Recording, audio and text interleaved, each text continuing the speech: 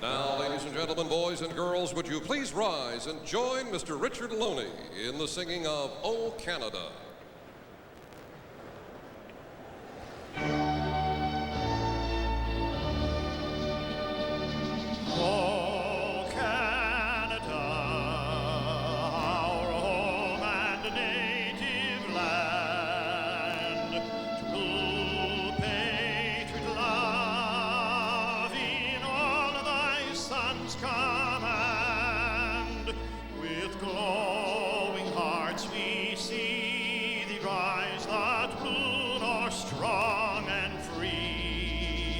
From far and wide, O Canada, we stand on guard for thee.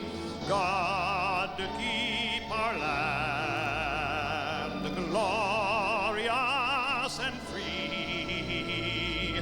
O Canada, we stand on guard for thee.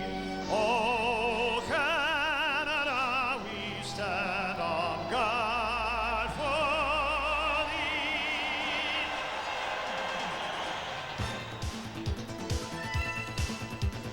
The first period face-off is brought to you by OK Tire Stores and the high-quality, economically priced Marshall 781 all-season radio.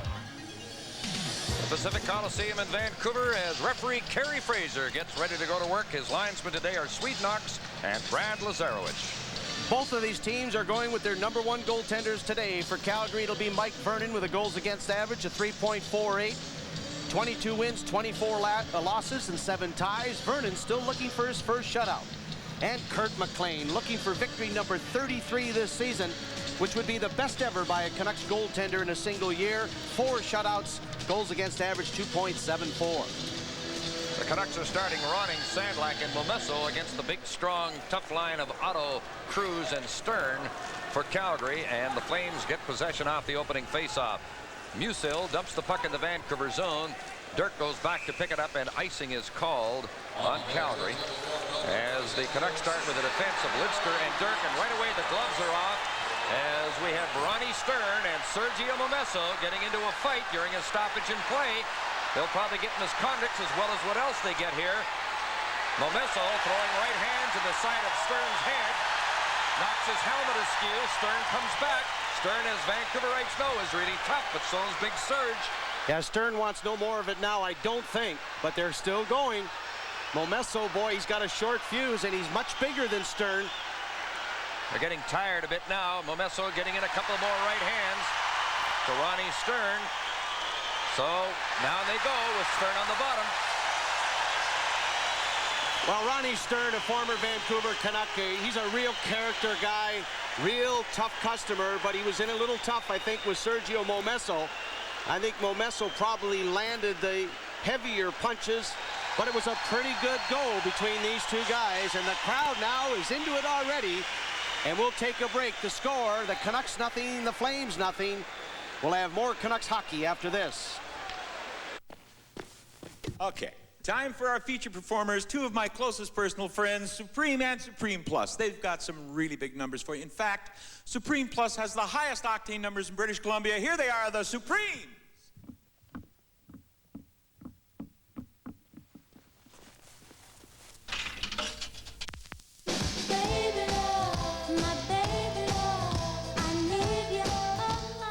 Chevron, your town pump. Major penalties to Stern and Momesso. They are not getting misconducts, which is often the case when a fight breaks out when the play is stopped, but they each get 5 minutes. 11 seconds after the face-off. Stern, Momesso toe-to-toe. Calgary, the most penalized team in the league. Vancouver, the 4th most penalized team in the league. Maybe this is an indicator this is going to be a tough one here today. They've had some rough games already this year. The roughest was the last time they met here, and that was November 22nd when the Canucks won in overtime in a penalty-filled game with injuries and suspensions that came out of that contest. Kerry Wilson shoots the puck in the Vancouver zone. It bounces around behind McLean. Fleury took a hit in the corners. The puck goes back at the net. Lindbergh after it there, trying to come in front. In his first NHL shift along the boards, checked by Larionov. The puck goes back of the net. Wilson kicked it loose. It slides in behind the Vancouver goal. Gerald Diddick puts it off the glass and out. Suter tried to tip it over to Osiki, who chases it back into his own zone as Greg Adams hustles into forecheck. Mike Vernon banks the puck around on the boards as Bure's hit high along the boards, and then he gets in an elbow on Lindbergh as the Flames come to the neutral zone. And there's a lot of early hitting in this game. We played 1 minute and 5 seconds, no score. Long pass on the left wing misses Greg Adams, might be an icing. Gary Suter back after the puck, and icing is being called on Vancouver. Doug Riseborough, general manager, head coach of the Flames. He's only 37 years old, but the way the Flames have played this season, the guy has to feel like he's about 50 now. Lots of stress and pressure on the young coach these days. Many predicted Dave King, Canada's Olympic coach, would take over from Riseborough, but that hasn't materialized as of yet. But I wouldn't write Riseborough off just yet as a coach. He's a real character guy, and remember, he won 4 Stanley Cups as a player as well. Face off in the Vancouver zone. Flames get the drop. Petit shot goes wide of the net.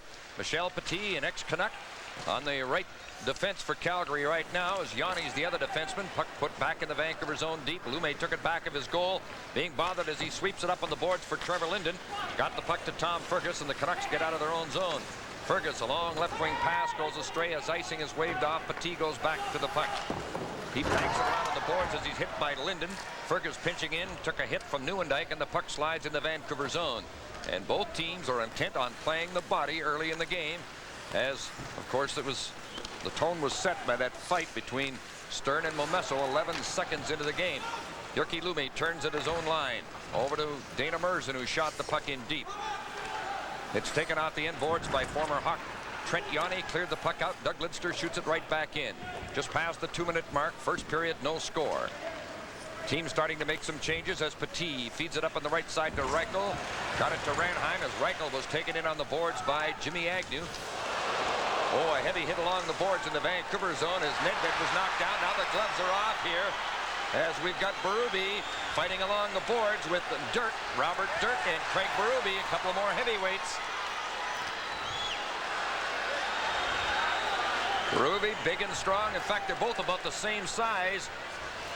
Trying to get some swinging room now at long range, and they let go their grip, and now they're standing at long range, and in they come again. So far, no telling punches, but a lot of effort. Berube gets a couple of right hands to the side of Burke's head, and they're up against the glass deep in the Vancouver zone. They're both looking tired as the linesmen move in. Well, what precipitated this altercation was a great hit by Berube on Peter Nedved, and Robert Dirk coming in for his smaller teammate. And we'll take another break. The score, the Canucks nothing, the Flames nothing. We'll have more hockey action in a moment. Good morning, Mr. Platt. Your metatarsals have taken a nasty knock. Kellogg's Honey Nut Cornflakes. Now just lie still while I discuss your case with these young doctors. Have a crunchy taste of corn, natural honey, and freshly sliced peanuts. Right, follow me. So Kellogg's Honey Nut Cornflakes are irresistibly delicious. Kellogg's Honey Nut Cornflakes. The trouble is, they taste too good.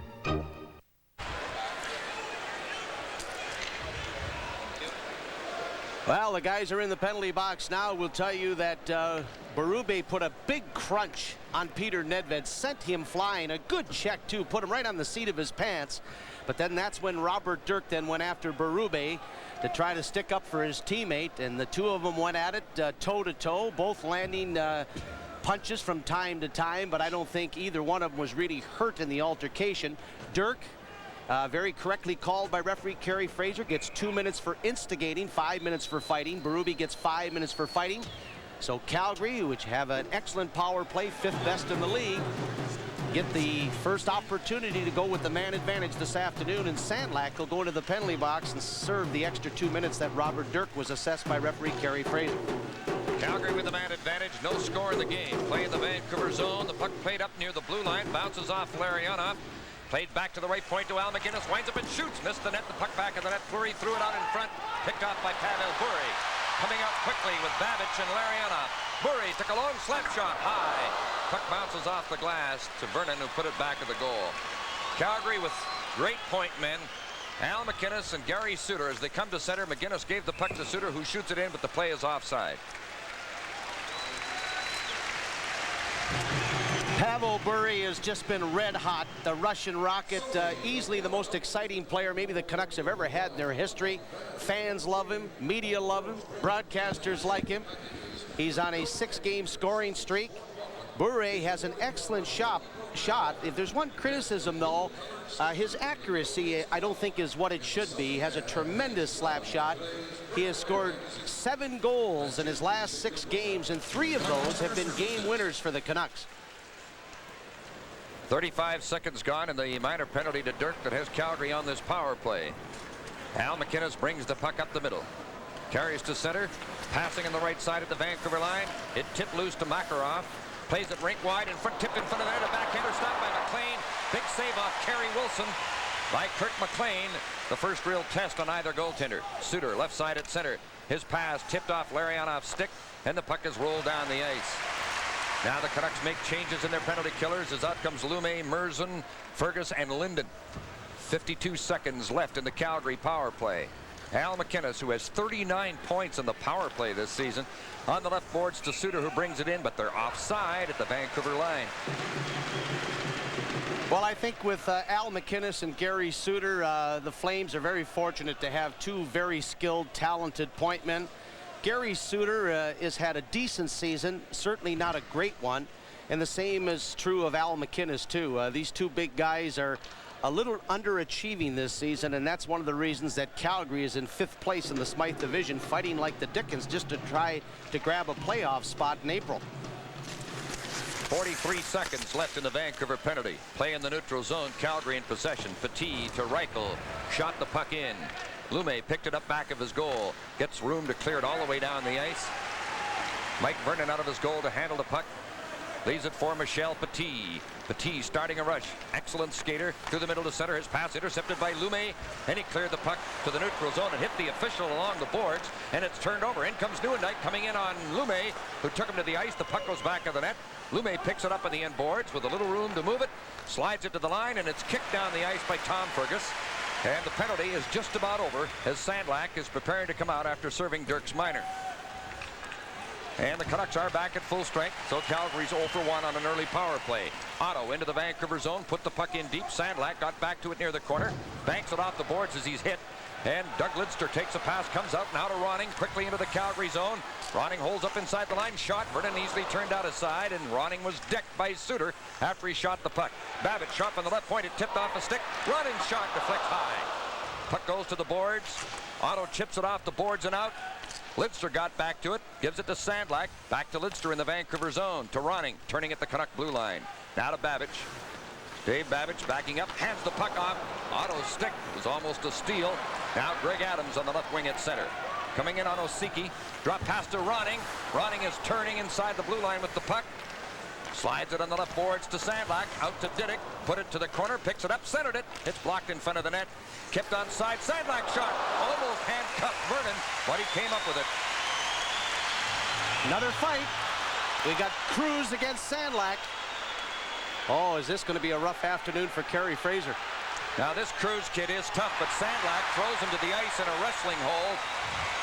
Cruz from Merritt, British Columbia. His parents from Chilliwack are here to watch, but right now their son is on the bottom after a brief fight with Sandlak.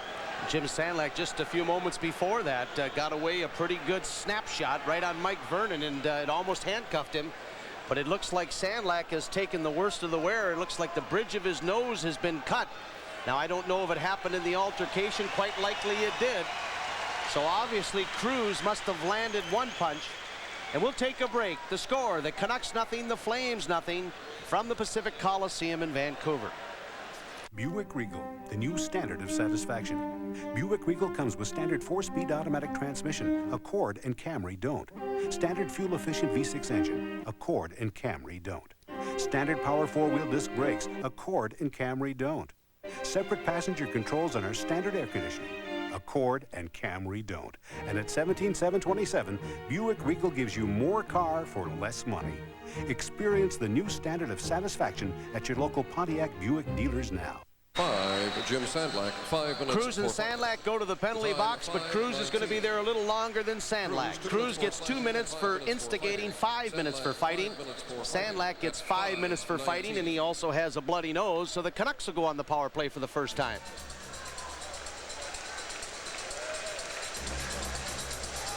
Actually, I think they gave him 2 minutes for slashing. Cruz gets 2 minutes for slashing, not instigating. So 2 plus 5 is 7. Sandlack 5 minutes for fighting. So Vancouver gets the first power play opportunity in the game. And we've only played 5 minutes and 19 seconds. And we've already had 3 fights and 34 minutes in penalties. Maybe they'll get it out of their system. We'll hope so. Puck slides into the neutral zone. Babbage going back after it. Well, our first contestant of the day in our power play contest is Todd Binstead of Abbotsford with an entry from Coca-Cola and overweighty, $118 in our jackpot on our power play contest. Kerry Wilson has the puck for Calgary.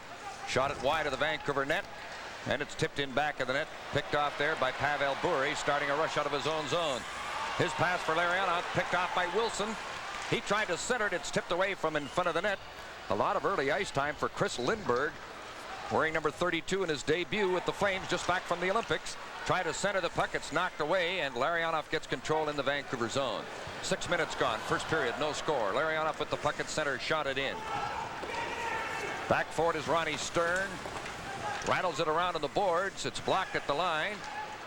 Now brought off the boards by Greg Adams, making turns in the Calgary zone. He's out near the left point with the puck, being slashed by Otto, working towards the goal, put it in back of the net. Set it for Adams, and he fanned on the shot as Larionov centered it from back of the net. Nice give and go, and Larionov and Adams have worked that very successfully most of this season.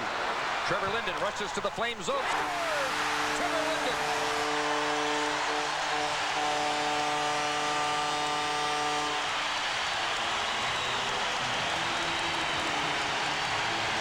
Well, the big guy gave an indication the other night that he's back on his game.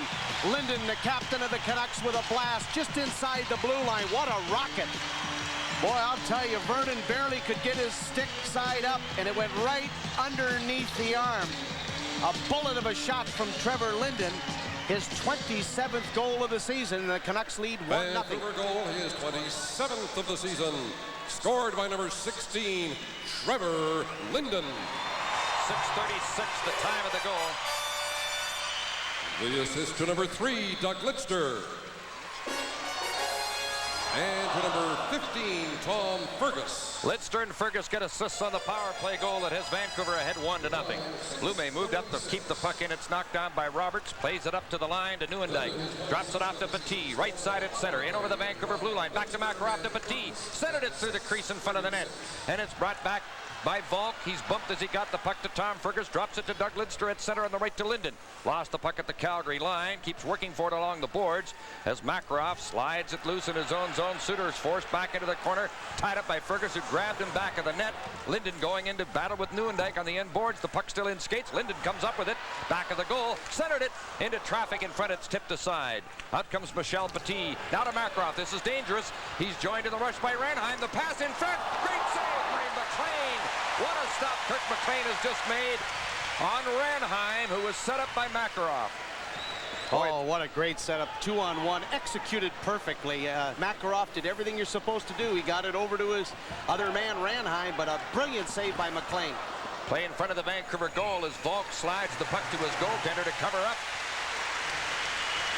Oh, Ranheim is the fastest skater on the Calgary team. This guy can really fly, and Makarov, everyone knows what a sweet playmaker he is, can really pass the puck, and he was able to slide it right in front of Merzen, and there was Ranheim, who got a shot away, but McLean was able to come over very quickly and make the save. And again, Kurt McLean, who is looking for his 33rd win this season. That would be the best ever by a Canucks goaltender, and what a year he's been having. And it stops like that have enabled the Vancouver Canucks to have the kind of season that they're enjoying this year. First overall in the Smythe Division, 8 points ahead of Los Angeles with 2 games in hand. Great scoring chance, though, for Ranheim. On that power play goal by Trevor Linden, we had a neat $118 winner in our power play contest, Todd Binstead of Abbotsford. Congratulations. Face-off in the Vancouver zone, won by the Flames. Suter at the right point. Over to Osiki. Shot kicked away from in front of the net. And McLean looked sharp early in the game, but the puck is still in the Vancouver zone as Stern then had it knocked off a stick, and it's cleared back into Calgary territory. Rookie defenseman Mark Osiki goes back to get the puck. He's having a fine rookie season. Puck is played back into the Canucks zone. Jyrki Lumme back after the puck. Berube hustling in after him. So is Reichel as the puck went off the glass. Merzen couldn't pick it up. Reichel out of the corner. Hard pass in front. Tipped to the back of the goal. Berube tried to center it, and it's picked off, and out comes Peter Nedved. Nedved stick handles up the middle to center. Passing on the right side to Ryan Walter, who centered the puck. Now it's put back of the net for Nedved, as the Canucks have, you might call the fourth line out here. Nedved, Agnew, and Walter.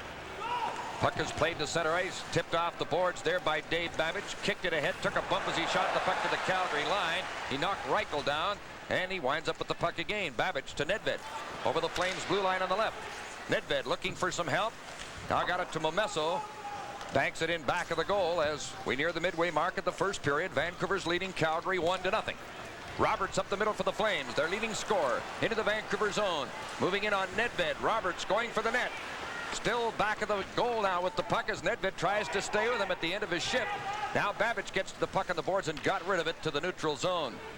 Musil picks it off there, and the veteran Czech defenseman shoots it into the Vancouver territory. Babbage from back of the net. On the left wing for Momesso, deflects up into the seats. The score, Vancouver 1, Calgary no score. We'll have more Canucks hockey after this. When you shop for a car in BC in winter, or, spring, summer,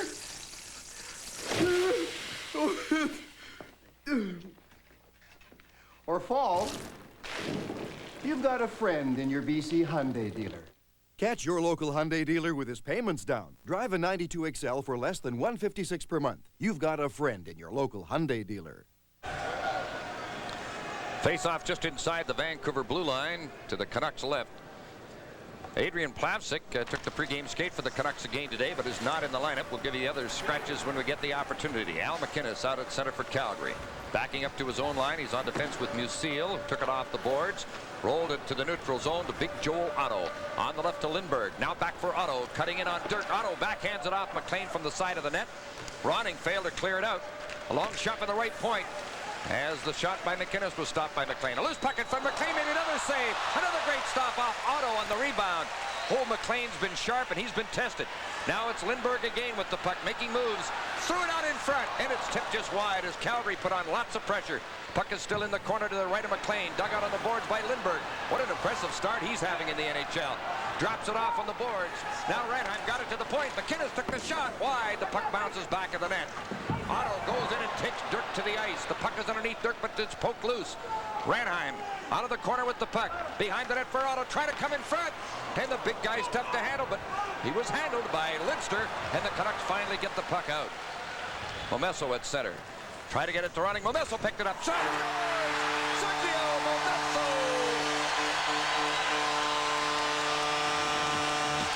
Well, Calgary is playing their hearts out. Just had a big shift all over the Canucks. The difference is the goaltending in this first period. McLean has stopped everything. Mike Vernon now has let in 2 suspects' goals.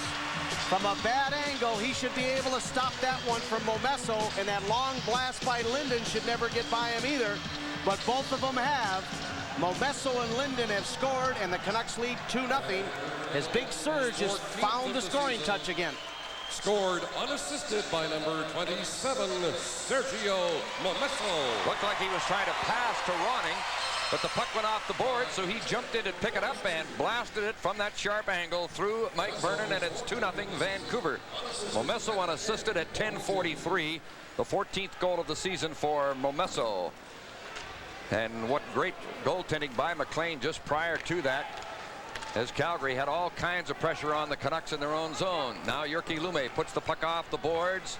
Adams feeds it on the right to Pavel Bure, coming in on goal, cuts to the slot, and his shot is stopped by Vernon. He didn't get much on the shot. It was off the heel of the stick. Petit from back of the net. Up to Craig Berube. from a great town, Calahoo, Alberta. You might not find it on the map. Puck goes back in the Vancouver goal. McLean put it back in the net, then scrambles back in. As a shot by Suter is steered away by Merzen. Goes to the glass. He can't pick it up. Canucks under some pressure here again. Lume in the corner, tied up by Berube. Kerry Wilson goes to the puck for Calgary. Checked along the boards by Larionov, who's doing a good job on him, and the puck slides to the other boards. Pavel Bure in the right boards drops it off for Merzen. As Fleury took a run at Bure, and Bure just sidestepped the check. The crowd react to that. 8 minutes left, first period. Vancouver 2, Calgary nothing. Although the score doesn't indicate the play. Puck deep in the Vancouver zone, and icing is called on the Flames. Well, taking a look at the scratches today, as Jim said, Adrian Plavsic from the Olympic team with the Canucks took the warm-up, but is not dressed. Robert Cron still out with his broken ankle. Dr. Randy Gregg. Jeff Courtnall has a laceration on his foot, sitting out his second straight game. And Gina Ochik has a bruised knee. And there are a number of players from Calgary, the whole list of them. Probably the most notable is Lehman, because he was part of that big 10-player trade with Toronto. Doug Gilmour for Lehman. Everybody thought Gilmour's been going great guns for the Leafs, and Lehman has scored only 1 goal, has 5 points since joining Calgary, and he's still struggling as a hockey player after a couple of big seasons with Toronto. Lehman didn't make the trip to Vancouver. He's out with an injury. Of course, they're without a couple of tough guys, Tim Hunter and Jim Kite, both with fractured ankles. And there's another Calgary player who's not here because of a family leave, and that is Mark Habscheid, whose wife is having a baby. Well, Doug Risebrough, let me tell you what this young coach did to his team in their last outing. They were shut out 3-0 at home to Philadelphia. He made the players stay till 1:30 in the morning to watch the tape of the game, which he felt was a very pitiful performance. He had the players back at the rink at 9 o'clock for more meetings until 12 o'clock. Then they went out on the ice. Now, maybe that's kind of old school stuff, but the way his players have responded here today, they're working very hard. They're just not getting the goaltending, and you have to have that too. Roberts at center with the puck, moving into the Vancouver zone, drops it off to Newendijk, tried to center it, it went off a skate in front. Trevor Linden picked up the loose puck, starts out on the right wing, gets to center, rolled the puck in. Vernon grabs it and hangs on to it, and the play is allowed to continue for quite a while as he held the puck. Now Roberts starts out again, plays it on the right to Joe Newendijk. Fine young center in over the Vancouver line, drops it to Roberts. Lidster goes for him, and the pass into the slot is picked off by Tom Fergus.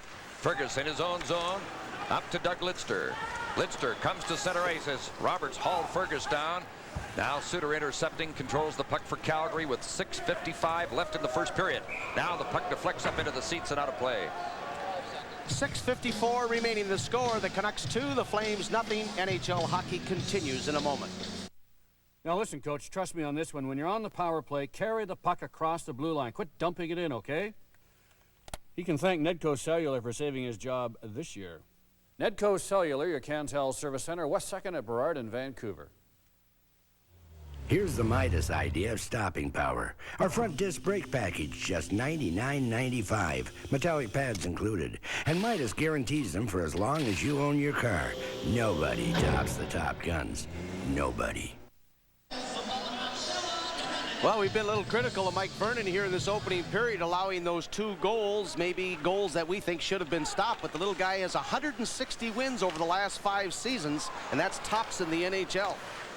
Nedved at center with the puck, plays it on the left wing for Jimmy Agnew, who dumps it in deep. Al McInnes picked it up for the Flames and starts a rush the other way. McInnes got to center, lost the puck when checked by Nedved. It's a one-on-one situation as Ryan Walter comes in back to Nedved. He shoots, and it deflects off the defenseman Musil and goes to the corner. Nedved after it again along the boards. Now getting some help from Ryan Walter, but the Flames get possession as the puck is cleared out of the zone. Lidster shoots it back in as he's bumped by Musil. Al McInnes getting away from Agnew, starting up ice for Calgary. Gets to center on the right, winds up and slaps it in, and he shoots as hard as anybody in the game. It bounces to Sandlak on the right boards. He flips it up now to Agnew. Agnew plays it across ice to Merzen. Now on the right to Sandlak. In over the Calgary line, cutting for the net from the right wing. Goes back to the goal. Being tied up by Yanni. Yanni stays with him and took him to the ice. And now the puck is shot out of play over the glass in the Calgary zone. Well, the fans moaning and groaning a little bit, thinking Yanni really hauled Sandlak down, but he stayed with his check, didn't allow him really to make a play. And I think Risebrough with Chrysler. And the winning goal was the first goal of the afternoon and his first of 2 in the game. Captain Trevor Linden from Lidster and Fergus as that shot eludes goaltender Mike Vernon. And the Canucks went on to add 10 more goals here this afternoon in defeating the Calgary Flames. And the number 1 star, Sergio Momesso of the Canucks, who had a pair of goals and a couple of assists. And you set the tempo early. It didn't take long to get something going with the Flames, Sergio. Well, they tried to come out with their, supposedly tough guys, I guess, and Ronnie Stern and Greg Berube. And we like to start with our line a lot of the times and try to get in there and get some hits and get the flow going. But we just we stood up. The whole team stood up very well today. They tried to intimidate us, and obviously that backfired. That's been the story of the Vancouver Canucks, and that's why you're in first place in the Smythe division. You will not be intimidated. And the scoring is really spread around, and you had a couple of goals. We're going to take a look at one of them this afternoon. Well, I was just, I wanted to give it to Cliff there. I got a little ahead of him, and I don't know, the other defenseman was kind of late coming over. I just took a shot and went through his legs. It was kind of, I think Vernon played that pretty bad, He should have played that better, but. Sergio, what about the overall play of the Canucks? We're just commenting the power play is starting to motor, and 6 power play goals today. Yeah, we've been, working on the power play in practices lately because, that was one of the reasons why we, we were struggling for a while. The power plays weren't helping us, and in this league, you gotta score on your PP and prevent goals on your PK. And teams that have good special teams usually have a good record, and it's our 5-on-5 even play that's kept us in a lot of the games, and it's nice to see that the power play was clicking tonight. And it's nice to see you responding too, Sergio, after that shoulder separation. You're obviously 100% back in the lineup, and keep up the good work. Well, it's good to be back, and it's feeling pretty good, and I'm glad to be part of it. Thank you very much, Sergio Momesso, the game's number 1 star here this afternoon as the Vancouver Canucks defeat the Calgary Flames, and this is Momesso's 2nd goal of the afternoon as the Canucks defeat the Calgary Flames 11-0. We'll be back with more.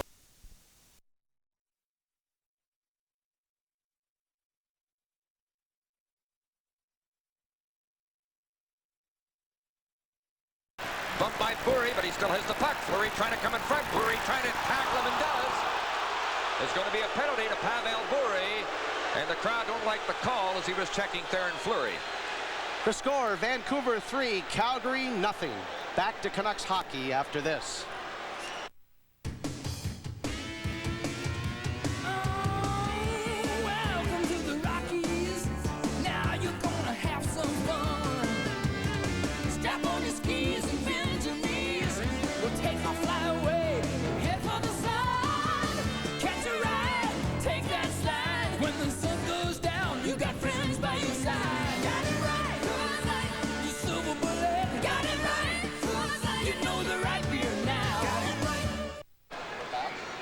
Well, there's going to be no Lady Byng trophy for Pavel Bure the way he's going. That's 4 penalties now in 2 games as he's assessed 2 minutes for hauling down Fleury. A little guy holding is the call.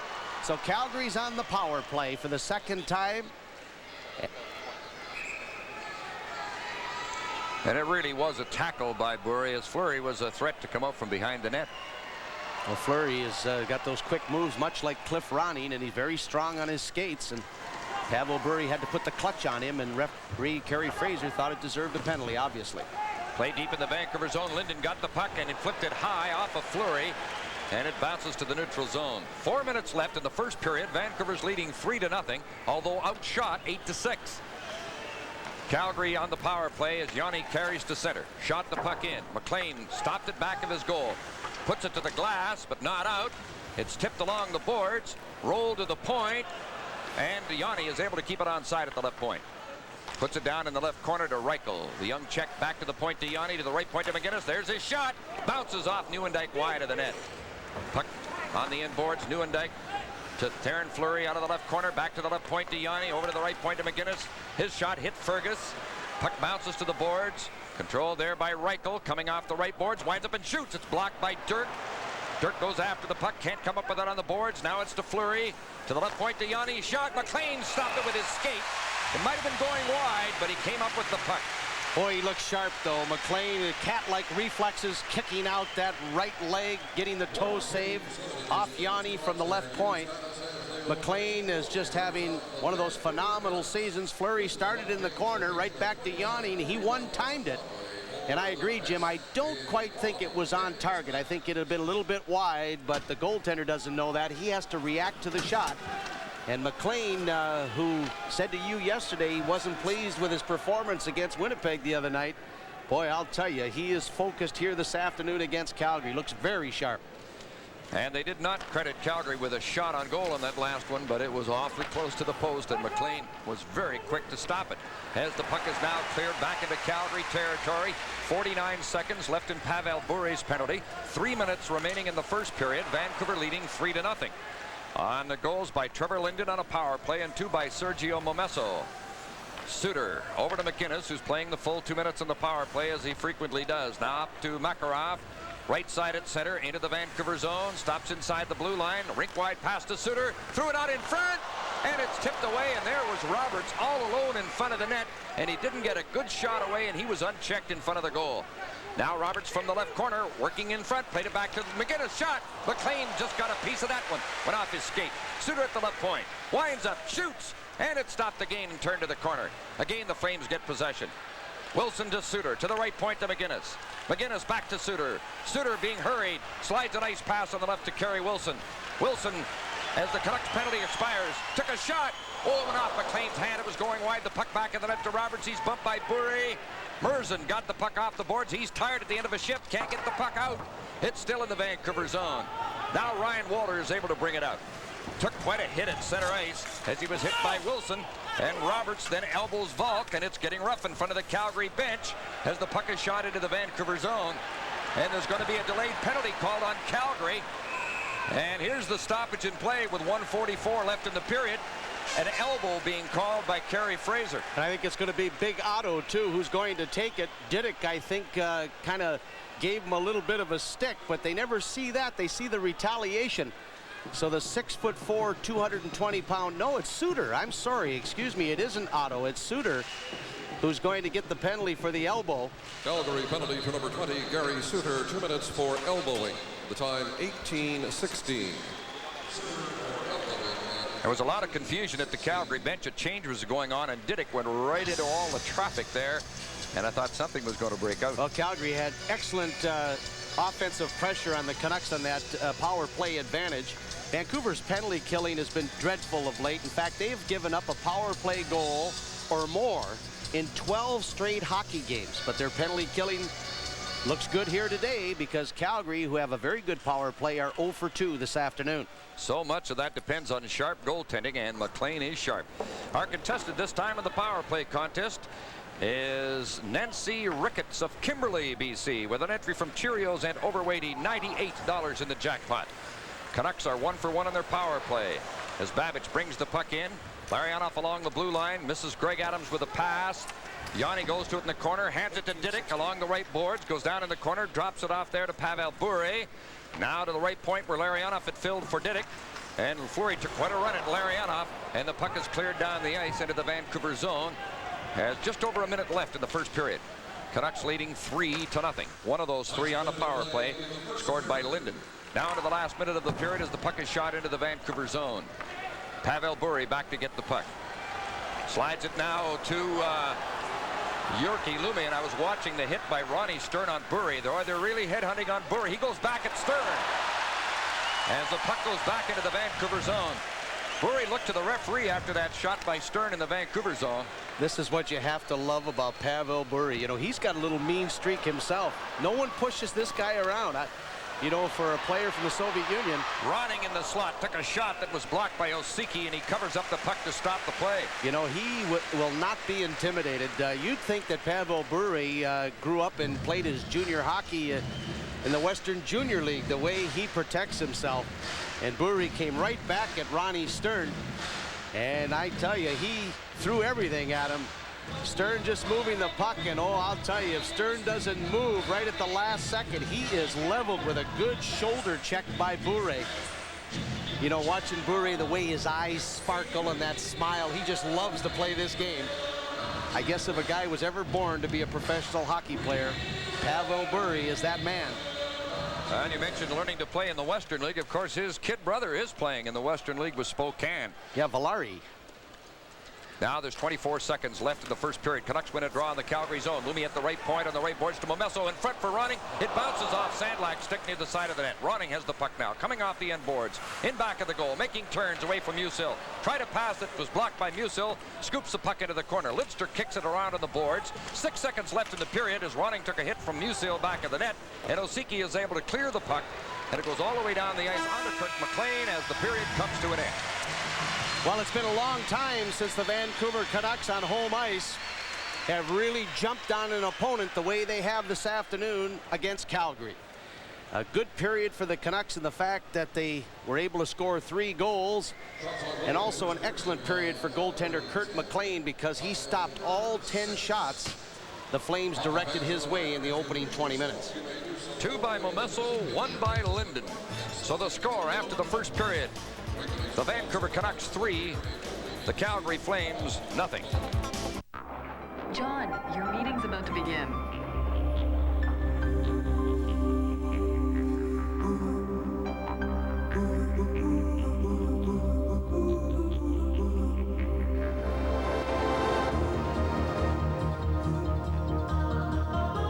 We're not there yet, but with our superior schedule, we're the next best thing.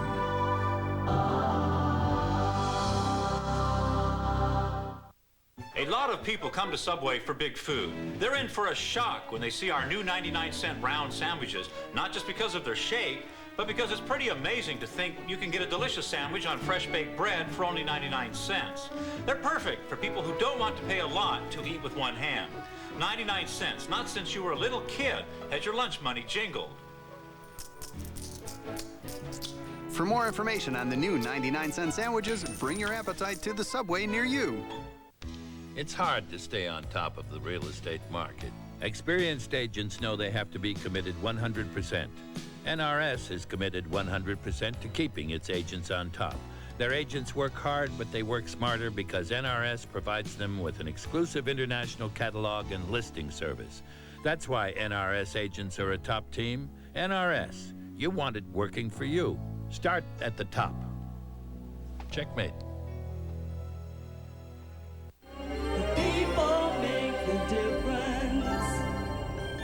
Richmond Plymouth Chrysler has landed in the Richmond Auto Mall. Most think they are their car and take accidents personally. Choosing a body shop is like selecting a surgeon. That's why Binkley is #1. No scars.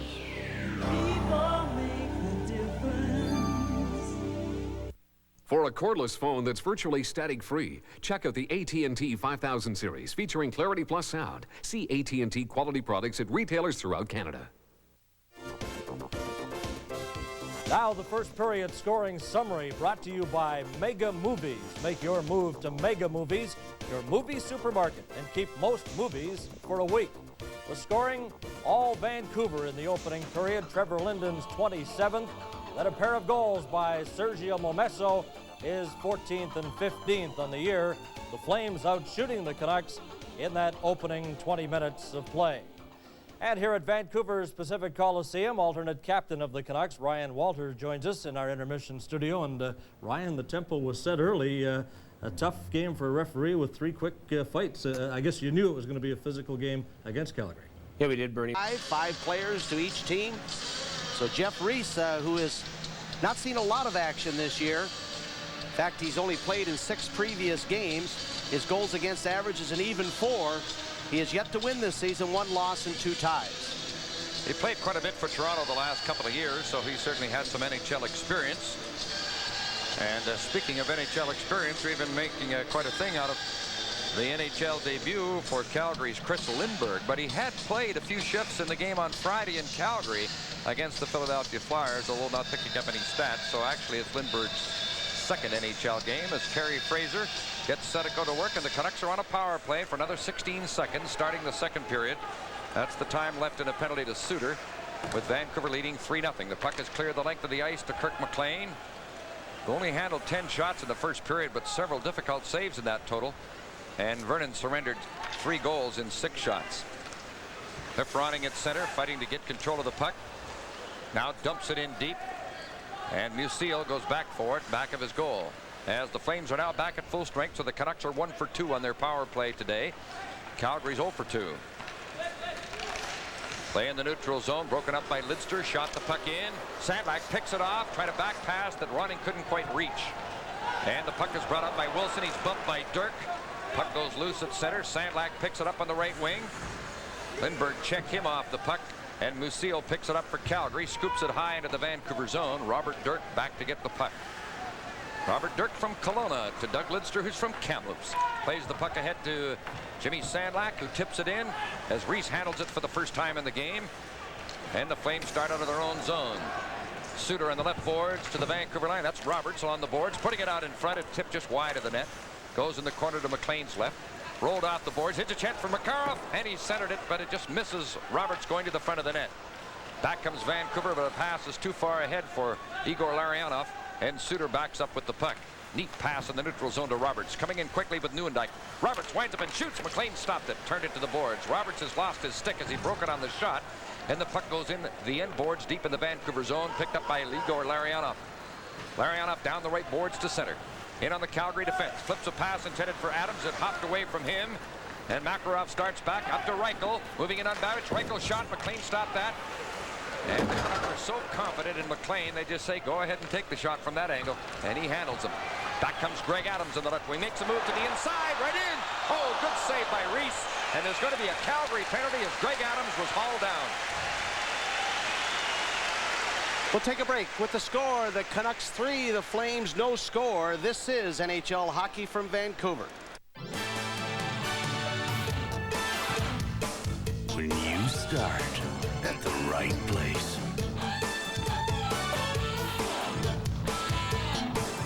with all the right stuff, you get a beer brewed the Rocky Mountain way. And that's when you know you've got the right beer now. Well, obviously, Michel Petit hasn't watched a lot of tape on the Vancouver Canucks, because if he did, he knows Adams has one move when he comes in like that, and that's it. He likes to put the puck between the legs of the defenseman, pick it up on the other side. He was successful in doing that on Petit, and then Petit had no alternative. Once Adams got position in front of him, he had to haul him down. Petit for holding is the penalty, as a long shot from the right point is blocked into the corner. Now it's back to Lume at the right point. Moving in, takes a shot, kicked out by Reese. Lidster in deep, puts the puck to the corner. Behind the net now to Bure. Try to get it to Larionov. It's back to Bure, who hurries his pass. Lidster putting it back into the corner. Now it's Bure back of the net with the puck. Plays it to the right point to Lume. Back to Pavel Bure in front for Adams. Couldn't get a shot. Plays it out now to Lume at the right point. Over to Doug Lidster at the left point. Left boards to Igor Larionov. Plays it now to Adams in the slot. Couldn't get a good shot as he was checked by Otto. And Yanni gets the puck for Calgary and clears it high all the way down the ice. Our contestant in the power play contest is W. Alis of Kelowna, with an entry from Kleenex and Save On Foods. $108 in the jackpot. Here's a turnover in the Vancouver zone. McLean has to make a save on Lindbergh's long shot, and McLean lost sight of the puck after he stopped it. Now Fleury is able to play the puck back to McInnes, who cleared it down the ice. Vancouver leading 3-0, but having some difficulty now, late stages of a power play. Lindbergh doing some very good forechecking, steals the puck, back of the Vancouver goal. Knocked off stride there, and Trevor Linden comes out with the puck. Linden slides it to Lidster down the middle at center on the left for Fergus. Brings it in over the line, working in on goal, has to make a turn near the left corner. Fergus still controlling the puck, working towards the slot, passes to the side of the net for Lidster, put in front, they score! Gary Volk! Or is it Ryan Walter? Harry Volk. Thanks. Oh, what a nice play, though, by Linden. Trevor Linden gave Fleury the raspberry, still giving it to him because Fleury earlier had bumped Linden off the puck. But then it was Tom Fergus who makes the nice play. Sets up, slides it over to Lidster, who was in deep. And there was Volk all alone, and he was able to snap it home. As Frank Musil was out of position, he did not stop the pass, the goal mouth pass, and Volk notches his 6th goal of the season. Gary Volk. 3:31, the time of the goal.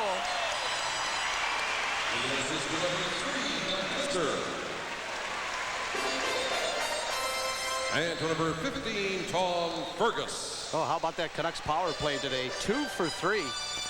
Gary Volk got a nice setup from Lidster and Fergus, and Vancouver now is way out in front, 4-0. That was a great play by Lidster, too, hesitating, and Volk had a lot of net to put it in. I sort of showed a lack of my own ability to call the right guy. I thought, is that Volk or is that Ryan Walter? But it's Gary Volk, his 6th of the year. Doug Lidster is playing just marvelous hockey right now for Vancouver, 31 years old. We might have something going here. But Makarov and Agnew, Makarov isn't going to drop the stick and go, though. He's not that kind of player. But I'll tell you, if the Flames thought that Doug Risebrough was a little tough after their last 3-0 loss, boy, the way they're going here today, who knows what the young coach of the Flames will do after this one.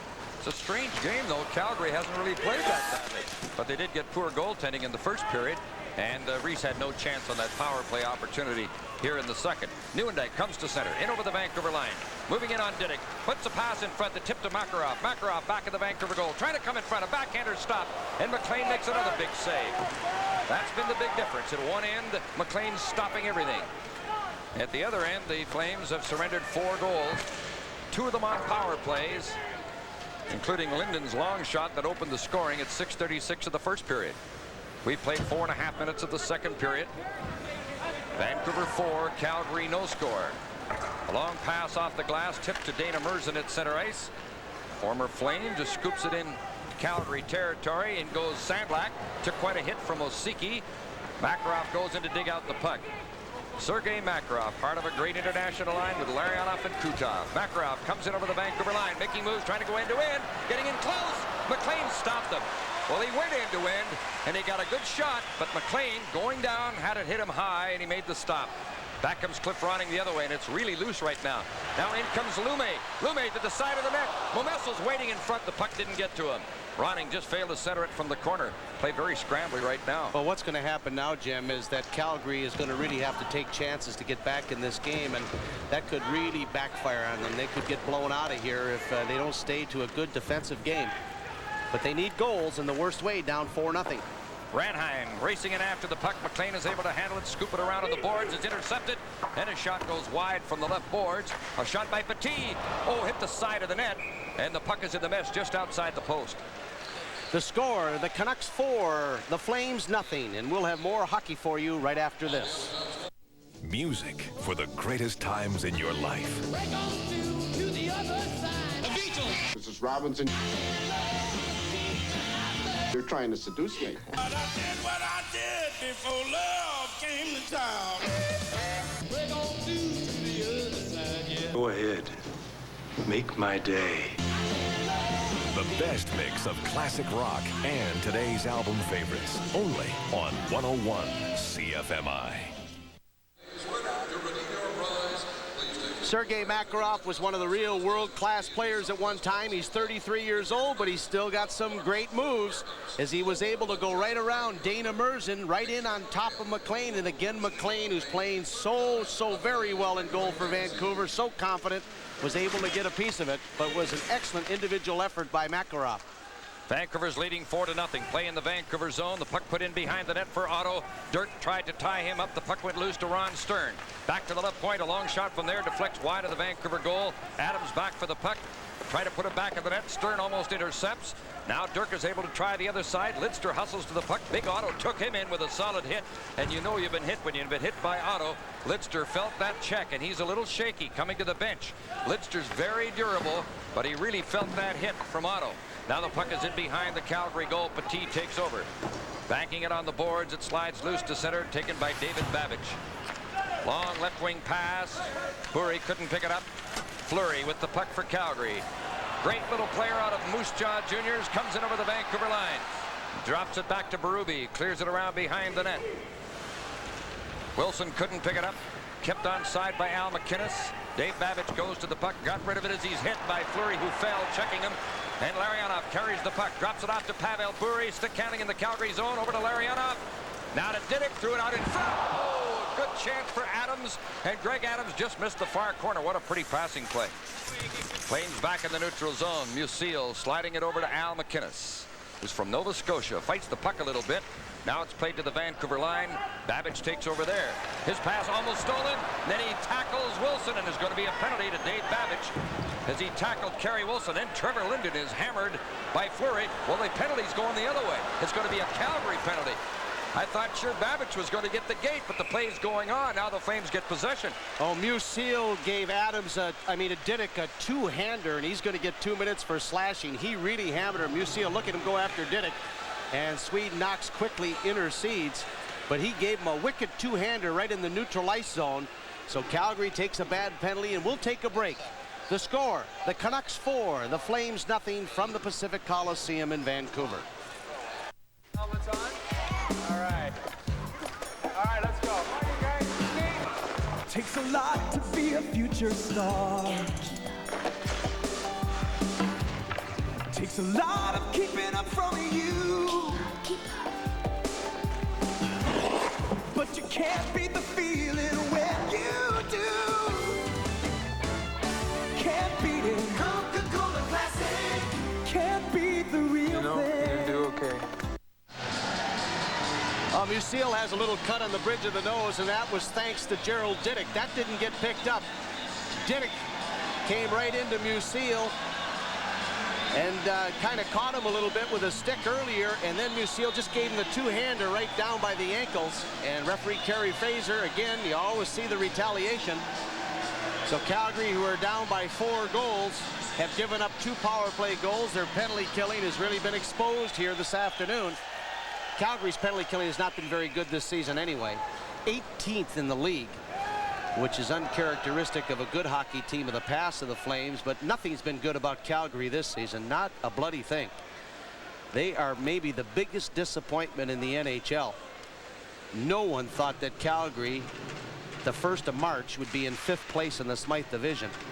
I don't care if it was even the Calgary haters, Jim. No one thought these guys would be this far down in the standings. Well, the penalty is to Musil. After that delayed penalty was in effect, of course, Babbage lost the puck to Kerry Wilson, who had a clear path to the goal. Babbage tackled him, and there was no penalty called on that as Trevor Linden carries to center. In over the Calgary line, trying to go end-to-end. A backhander. Oh, Reese stopped that on a good rush by Linden. Volk steered the puck to the side of the net, and Reese dives on it to cover it up back of the goal line near the side of the net, and the play is finally stopped.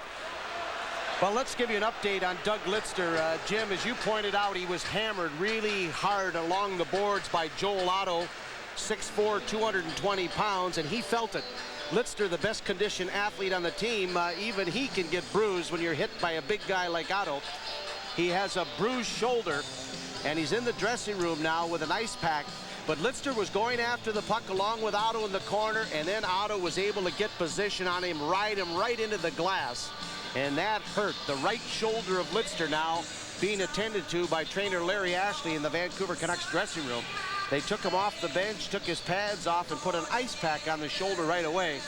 And you always worry about a shoulder separation on something like that, and that would be a real costly blow if Lidster is knocked out for any period of time, because his play has just been outstanding the last 2.5, 3 weeks. For years, he's been one of the key players in the Vancouver lineup. And you know, he doesn't even show much emotion when he gets hurt. You could see he was injured on the play, but he didn't show much emotion as he went to the bench. Jyrki Lumme rushing with the puck, drops it off the Volk. His shot hit the base of the goalpost. Puck bounces around to the right boards to Nedved. Cleared it in back of the net. Volk going after it, cut off by Petit. Linden goes to the corner for the puck to the left point to Lumme. Canucks on a power play. Now Linden on the left boards with the puck, working towards the point. Now on to Lumme, shot into a crowd in front. Puck is still in skates. Fergus tried to pick it up and couldn't, and it flipped to the neutral zone. Our contestant this time on the power play contest is going for $98. Mr. Lou Kaman of Nanaimo with an entry from McCain's Juice and Overweighty, $98 in the jackpot. We had a $108 winner from Kelowna, W. Ailes, for the last power play goal by Gary Volk. Linden carries deep into the Calgary zone with 26 seconds left in the Flame penalty. Nedved put it back towards Linden. Now Momesso knocked off the puck. It's taken back of the net by Osiki. Got it off the glass, but not out. Now it's brought up by Fleury. 2-on-2 with Lindbergh into the Vancouver zone. Fleury trying to go through the middle, failed to get through, lost the puck, and it goes into the corner. Fergus comes up with it there. Behind the net to Peter Nedved with the Calgary penalty just about over. A bad pass by Nedved, forcing Fergus back, and he's able to just get the puck out to center ice as Calgary come back to full strength. So the Canucks are 2 for 4 on their power play this afternoon and leading 4-0. Momesso going for the hat trick. Wrist shot blocked by Osiki. Ronning jumping on the puck near the corner. Put it back of the net. Slides into the corner. Momesso barging in there after it. Takes a hit as he puts it back of the net to Ronning. He's checked by Reichel. Puck came up on the boards and out. Didick back after it. Plays it across to Babbage. It's been a fine defensive pair for the Canucks all season. Momesso throws a solid hit on Makarov as right in front of the Vancouver bench, and then Momesso goes to the bench on a change. Here's a rush for Calgary into the Vancouver zone. Makarov with the puck, put it in front. McLean kicked it aside. And Dirk got away with a hook in front of the net. Here's another pass in front, tipped away by Greg Adams to Sandlak to Ronning. There at the end of a long shift. Ronning controlling the puck, brings it in over the line, turns inside the blue line, tied up by McInnes. Sandlak trying to keep the puck in. The Canucks trying to complete a change, but can't. And here's Ranheim coming in on the right wing. Has to leave the puck. He's at the end of a shift, and the puck tipped into the corner. And back for it is Dana Merzen. To Dirk. His long pass goes the length of the ice. Bure racing after it. Going back of the goal. Pokes the puck to the corner. It's being called an offside pass. And that'll stop the play. The score, Vancouver 4, Calgary nothing. And we'll have more Canucks hockey for you right after this.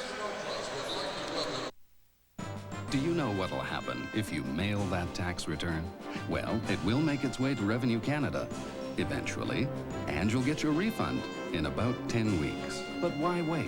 If you prepare your own tax return, H&R Block will send it to Revenue Canada electronically for only $15. Better yet, have us prepare it, and we'll transmit it directly, accurately, and free. You'll get your refund weeks sooner. AccuFile from H&R Block, free when we prepare your return. Pavel Bure now has 19 goals on the season, and the way he's going, he has a shot at 30, and who would have thought it? This is only his 49th game this season. But as we told you earlier, he has points now in 6 straight games, and 7 of those are goals of the 10 points he's accumulated in that span. Lume stick handling in front of his own goal. Got the puck to the neutral zone where it's knocked down by Wilson. Hands it away to Lume. Lume coming into the Calgary zone. Drops it off to Greg Adams. Back to Lume in the slot. Passes it out. Bure centered it. Oh, Larionov just missed it. And he had an open side to tap it in. Great passing. Now to the corner. Bure working to the front of the net. Shot. Stop. Larionov gets the rebound near the left corner. Drops it off for Bure. He's having a spectacular shift. Now he's chopped down by Musil and looks to the referee as the play goes on. Kerry Wilson at center with the puck for Calgary. Played at the Vancouver line, and it's brought in offside there. Well, the big line for Vancouver, Larionov, Adams, and Bure. That's the kind of entertainment they've been giving Vancouver hockey fans since they were united together. Bure coming out of the corner, going to the middle, had good position, tried to slide the puck along the ice on Reese. Nice save by Reese. But Bure, who's so explosive and strong on his skates, and just prior to that, Igor Larionov was set up nicely by Bure. I don't think he was ready for it. Had he been, he probably would have had a chance for an easy goal. But this line really has been exciting to watch for the Vancouver Canucks, playing with a lot of confidence, and they play well together, too. Larionov has gone 16 games without a goal, although he's had a lot of assists in that streak. And just as the line change took place, Fleury couldn't resist giving Bure a real shot on the way to the bench while the line change was going on. 8:42 left in the second period. Vancouver leads 4-0 as Dirk shoots the puck in. With Lidster injured, Dirk and Didick are paired up right now as the Canucks are going with 5 defensemen. Of course, Jimmy Agnew's also dressed as a forward. He could play defense if necessary. Trevor Linden coming in on the left, turns in the left circle in the Calgary zone. Grabbed by Yanni, and the puck goes to the boards. Roberts plays it up to Joe Nieuwendyk. Nieuwendyk slides it over to Michel Petit, skating to center. Moves in on Didick, who stood him up. They bump. Sticks come up a little bit. Dirk puts the puck around on the left boards. Gary Volk picks it up, took a hit from Nieuwendyk, the captain of the Flames, and the puck is shot back in the Vancouver zone. In front of the Calgary bench, Didick and Petit are involved, and the linesmen get involved as well now, and we'll see what the penalties are. Well, Petit hit Didick from behind. Didick, of course, not the most popular guy with the Calgary Flames. But Petit and Didick involved right along the boards. But I think that Petit came from nowhere and just hammered Didick. I think that's going to be the only penalty. He gave him the old elbow. The score, the Canucks 4, the Flames nothing, and NHL hockey continues for you in a moment. Lights on, materials in, shipments out. Exact timing is essential. Ordinary flight eats up profits, but fastest flight is the cost-efficient answer. With all the expert precision of advanced technology, fastest flight expedites these vital time-sensitive shipments directly from door to door like a warehouse on wheels. From manufacturer to retailer to consumer. Fastest flight, your best value expedited service. Former first-round draft choice of the Vancouver Canucks, Michel Petit, now a member of the Calgary Flames, picks up 2 minutes for elbowing. You know, it's something when you've looked at the career of Michel Petit, big, strong, can skate, can shoot. But he's called a high-risk defenseman. Often doesn't play as intelligently as maybe a guy who's been as many years in the league as he has. You'd think he'd be able to read the play a lot better, but that was not a good penalty to take. Vancouver on the power play for the 5th time in the game. They're 2 for 4 today. Play at the Calgary blue line. Puck controlled by Jyrki Lumme. Being watched by Otto, who takes him to the boards as the pass is intercepted by Ron Stern. Stern just dumped the puck in and gives us a chance to mention our contestant this time in the power play contest, Mrs. J. White of North Van, with an entry from Hostess Chips and Ceylon Foods. $108 in the jackpot. As Reese comes out of his net to handle the puck, Ronning kept it in. On the right boards to Sandlak, to Momesso. Now on the right boards for Ronning. Out at the right point to Lumme. Jyrki Lumme back to Cliff Ronning. Slides it to the side of the net. Momesso tried to center it. It's blocked. It goes back into the corner. Ronning goes to it along the boards. He's knocked down from behind. Sandlak crashing in there to try to come up with the puck, and it's played back to Lumme at the right point. On the right boards to Momesso. Back out to Jyrki Lumme. Winds up and shoots. Reese stopped it. It's bouncing around in front, cleared off to the side, and Ranheim takes over back of his goal. Got it off the glass and down the ice. Sergio Momesso is playing one of the best games he's played since before his shoulder injury. He looks like he's back in true form again. 2 goals, but he's playing aggressively and tough. That's how that big guy has to play to be effective for the Canucks. Greg Adams preceded Lumme, the puck carrier, over the Calgary blue line, and the play is offside. A big day from Lumberland, who donate $50 per goal to the NW Orphans Fund. So far today, $200 from Lumberland to the Orphans Fund. Well, Vancouver power play points this year. Jeff Courtnall leads the way with 26 points, but he's not in the lineup. Although Courtnall and Adams, as far as goals scored on the power play, Greg Adams, who's 4th on the list in power play points, has scored 11 power play goals, and so has Jeff Courtnall, and they lead in that department. Today's power play goals have been scored by Trevor Linden and Gary Volk, who hasn't had a lot of time on the power play. Lariana, Adams, and Bure up front right now, with Merzen and Didick playing the points in the late stages of this power play. Dana Merzen takes the puck back of his goal, gives it to Didick. Drops it off to Bure. Coming along the left boards to center, and the crowd respond as he carries in quickly. Cutting it on goal, shoots, and the rebound, he scores! Pavel Bure!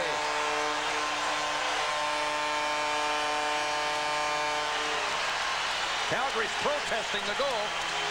Well, Kerry Fraser's getting some help from his linesman, too. They're going to go upstairs. They're going to review this one, I think, Jim. They want the phone, but the Russian Rocket, boy, was he in full flight, taking that pass deep in the Canuck zone from Gerald Didick. And then it was a foot race, and he just motored down the left wing, broke in, went coast to coast. The Russian Rocket. Is this guy fun to watch or what? He picks it up deep in his own zone, picks up momentum into the neutral zone. Now he's flying at full tilt. Uh-oh, he's in on the goaltender, takes the shot, tries to go in the 5-hole, doesn't make it, but knocks in his own rebound. With his leg, I think. But they think he might have kicked it in, absolutely, and they'll review this. But Bure right in, tried to go between the legs. Then the puck came out, but it didn't look like he directed it in with his right skate. It looked like the save came right onto the skate and then bounced into the net. I think this would be a crime if this goal doesn't stand up, because you could clearly see on the replay that he did not direct it into the goal. It definitely hit Bure's skate, but that's okay. It can do that. The save by Reese, the rebound went off the right skate of Bure, but it doesn't appear that he kicks it in. It's a close call. It kind of even went off the shin pad a little bit and then into the net.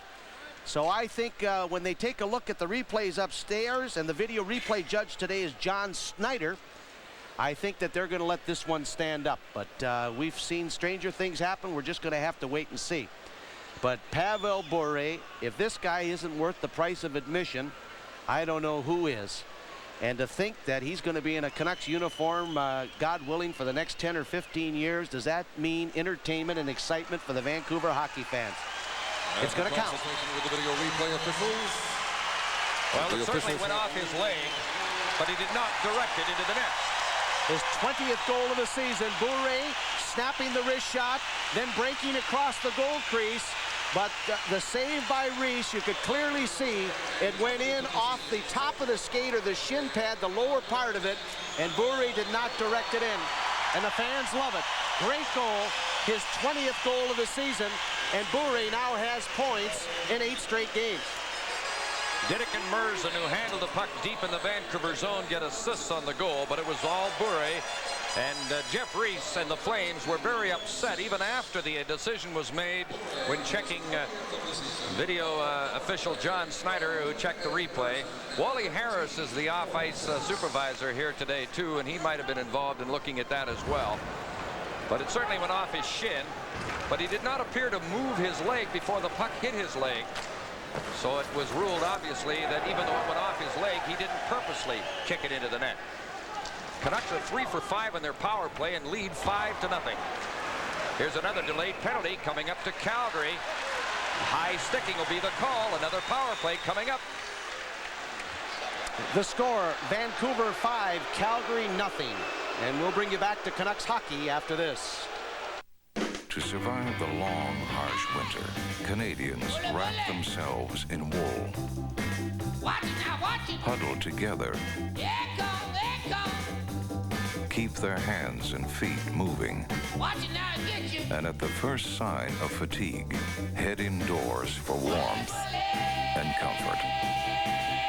Molson Canadian, genuine Canadian beer. What beer's all about. Al MacInnis is really having a tough season. He's been frustrated this year after 103 points a season before, being forechecked. And it looked like he got his stick up on Linden, right up under the chin. So Al MacInnis will sit for 2 minutes, and it's been all Vancouver here this afternoon. When you see a stick come up in the face like that, you feel good that no one is injured, because that came awfully close to the eye area of Trevor Linden. As the penalty to McGinnis puts Vancouver in the power play for the 6th time today. Our contestant this time is Joe Love of Penticton with an entry from Diet Coke and overweighting $98 in the jackpot as the puck is shot over the glass into the Calgary zone. We just had a winner, another one. Mrs. J. White of North Van won $108 for that power play goal by Pavel Bure. Well, Theron Fleury is out penalty killing for the Calgary Flames on this shift as Al MacInnis is in the box. Fleury, 23 years old, 5'6", 155 pounds, but he's all heart. Remarkable little guy who scored 51 goals, notched 104 points last season. Things have not gone nearly as well, though. This year, 28 goals, 57 points. When you see guys like Fleury, MacInnis, and Nieuwendyk having off years, it's not surprising the Flames are struggling this season. The score is 5-0 for Vancouver. 5.5 minutes left in the second period, and Calgary's running into a string of penalties, and Kerry Fraser's just going to keep calling them if there's any need to. Now a turnover by Fleury at the blue line. The puck barely kept on side by Fergus. Fergus moves in deep, cutting from the left side, goes back of the net. Checked by Petit, but still has the puck as he goes to the opposite corner. Petit took him to the boards, and the puck is cleared out. Babic goes back to his own line to get the puck. Now to Trevor Linden, on the left to Gary Balk, into the Calgary zone along the left boards. Petit going to him. They bump near the end boards, and the puck goes back of the net to Yanni. Cleared it to the line, but not out. Babic shot.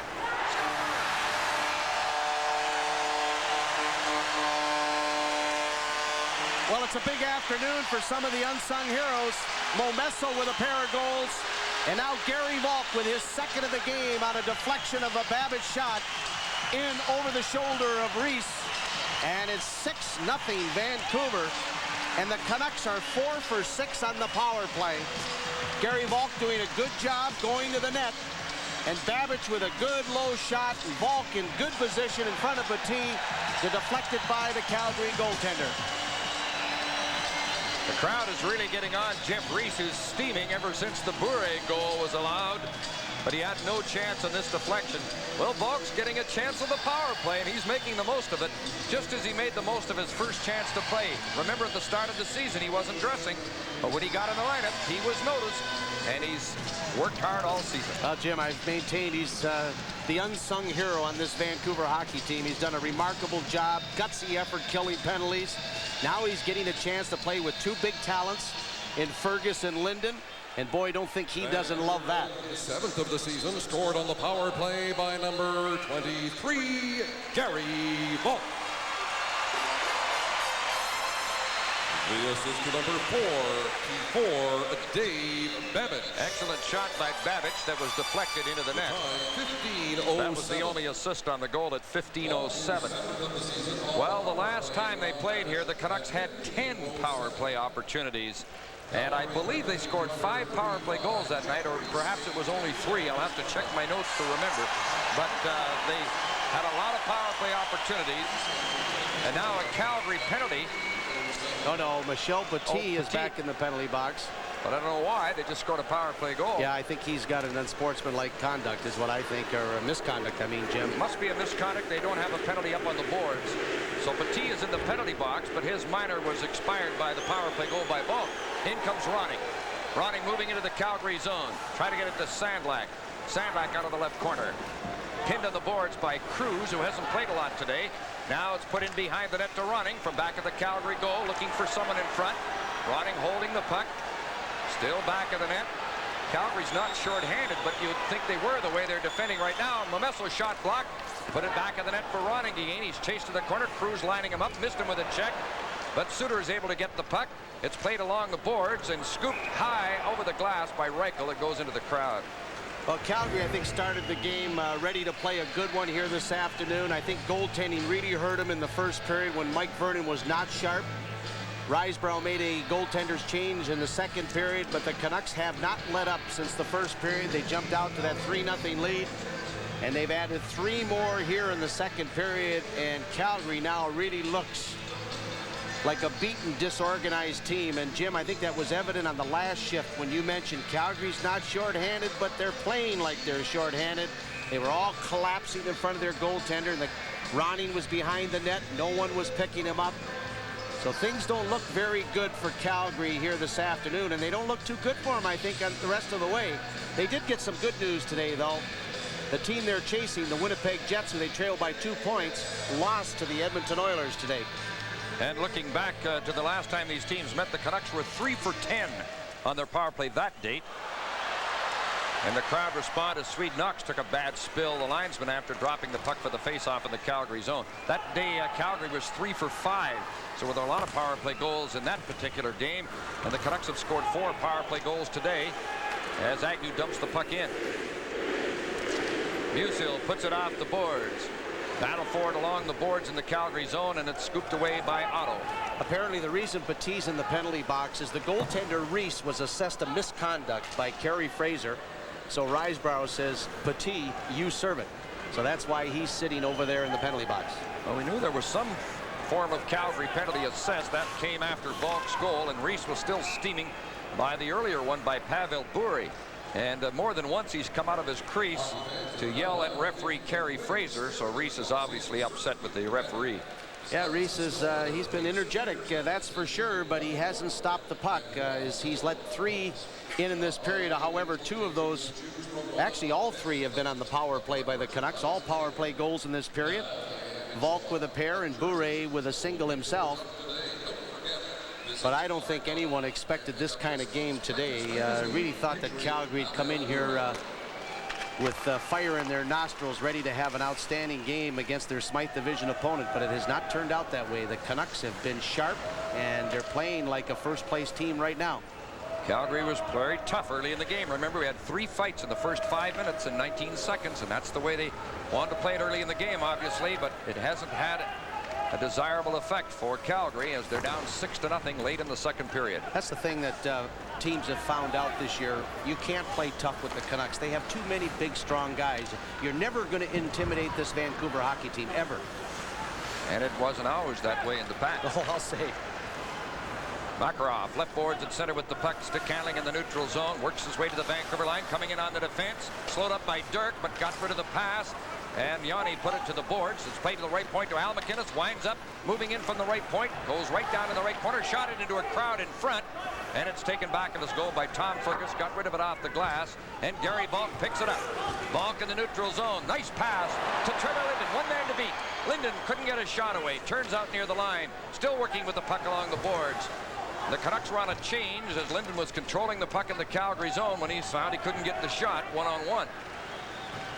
Dana Merson back behind his goal to get the puck. A long pass to Larionov, tips it up to Bure. Bure couldn't handle it as he was almost loose at the Calgary blue line. He tried to knock it to the ice and break in, but McInnes was able to get the puck. Merson's pass intercepted by Wilson. Now Ronnie Stern slides it back in his own zone to Al McInnes. 1:43 left in the second period. Vancouver 6, Calgary nothing.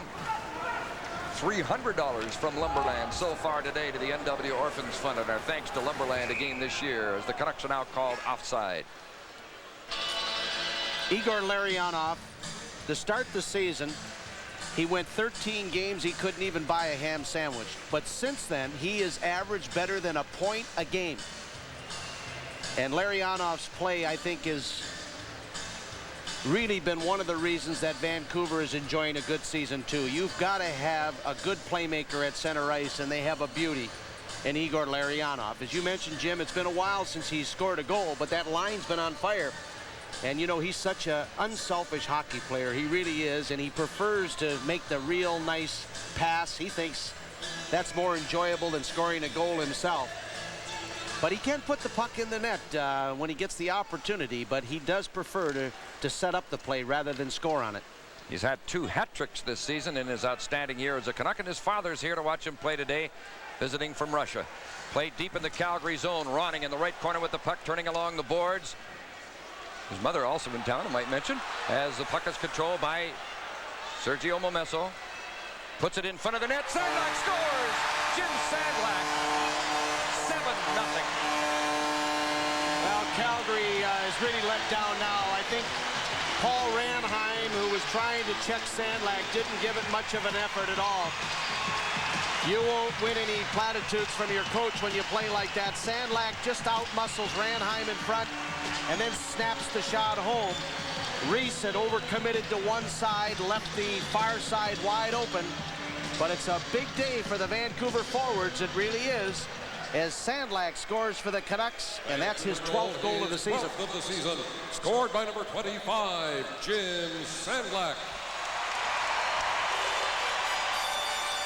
The assist to number 27, Sergio Momesso. Last minute of play in the second. Ronning also got an assist on that goal at 18:54 to make it 7-0. Sandlak from line mates Momesso and Ronning, and the Canucks are ahead by a converted touchdown. Well, I think we said earlier, Jim, when it was 4-0, that Calgary was going to have to start taking some chances, and what they've done is they've really let down defensively, and we thought that they might be blown out of here, and that's exactly what's happening. Playing the Vancouver zone, hasn't been there for much in this period. Now back comes Nedved into Calgary territory. Tried to get it to Jim Agnew, but the pass didn't get through. And Makarov gets the puck to Wilson.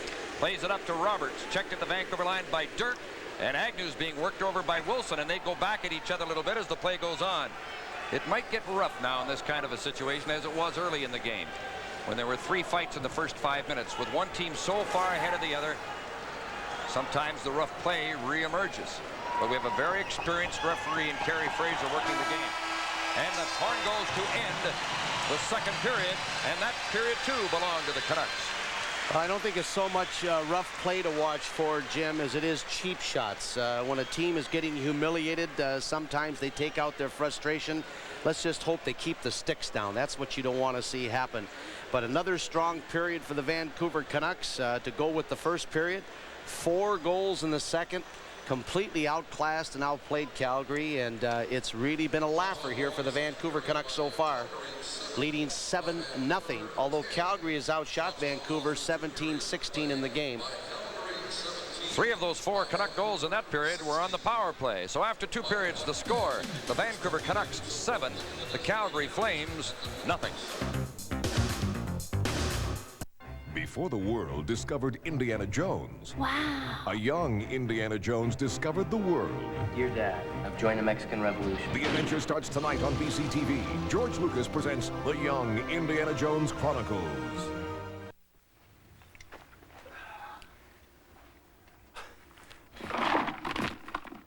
Oh, you're a tough one to keep up with. Oh, you know, but once you're here, it's worth it. You know, it's fascinating. What springs to mind when one really is confronted with the rawness of nature, the benign indifference of the universe, one could almost say. Although sometimes I wonder whether I'm not the only one to constantly question. I mean, are we really the only people in the entire... Okay.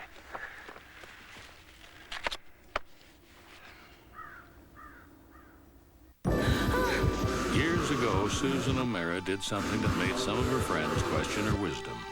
She bought a Hyundai. Now, with another baby on the way and her friends' misgivings out of the way, she's done it again. She bought the all-new Hyundai Elantra. The style, power, and all the room the O'Maras need. Making the Elantra a welcome addition to the family. For me, the cause is half pressure, half coffee. You could say, this is my testimonial to others whose heartburn makes them suffer. Tums start to work in seconds. I recommend them, and I use them, not just because they work fast, but also because Tums contain calcium. Tums are good for calcium, and great for heartburn. Now listen, Coach, trust me on this one. When you're on the power play, carry the puck across the blue line. Quit dumping it in, okay? He can thank Nedco Cellular for saving his job this year. Nedco Cellular, your Cantel Service Center, West 2nd at Burrard in Vancouver. Do it right the first time with GE Silicones.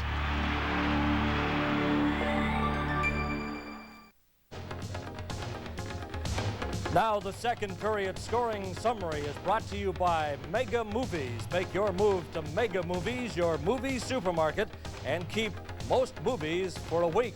Scoring all Vancouver this afternoon, Gary Volk on the power play from Lidster and Fergus. Volk's 6th goal of the year. Then Pavel Bure reaching a milestone, his 20th goal in his rookie season. He's only been in the NHL for 4 months. Then on the power play again, Volk comes back. He got in behind Petit to get his 7th of the year. And then Jim Sandlak late in the period at 18:54. The Flames with 17 shots so far and the Canucks 16 in this game. It's really hard to believe that the Calgary Flames, a team battling for the final playoff spot in the Smythe Division, would turn up and be as ineffective as they are this afternoon here at the Pacific Coliseum. But give the Canucks credit, they've been capitalizing on almost every opportunity. So after 2 periods of play here at Vancouver's Pacific Coliseum, the Canucks are leading Calgary 7-0. We'll be right back after this. Once the game has started, it's time to find a waiter and find the best seats in the house. Many use friendly conversation, but speed and agility are also necessary to move up to a better view, closer to the screen. And for the best seats in the house, whatever the house, head for the Molson Canadian Hockey Connection. You're there with special games, giveaways, even trips to the Stanley Cup. Molson Canadian, what beer's all about.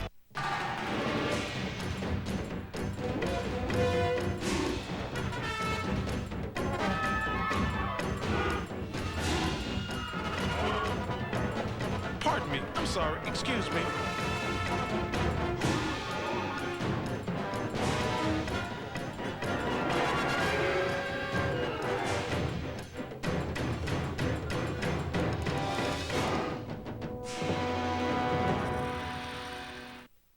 When you buy a Toyota from your Toyota BC dealers, not only do you buy one of the best-built, most reliable cars in the world,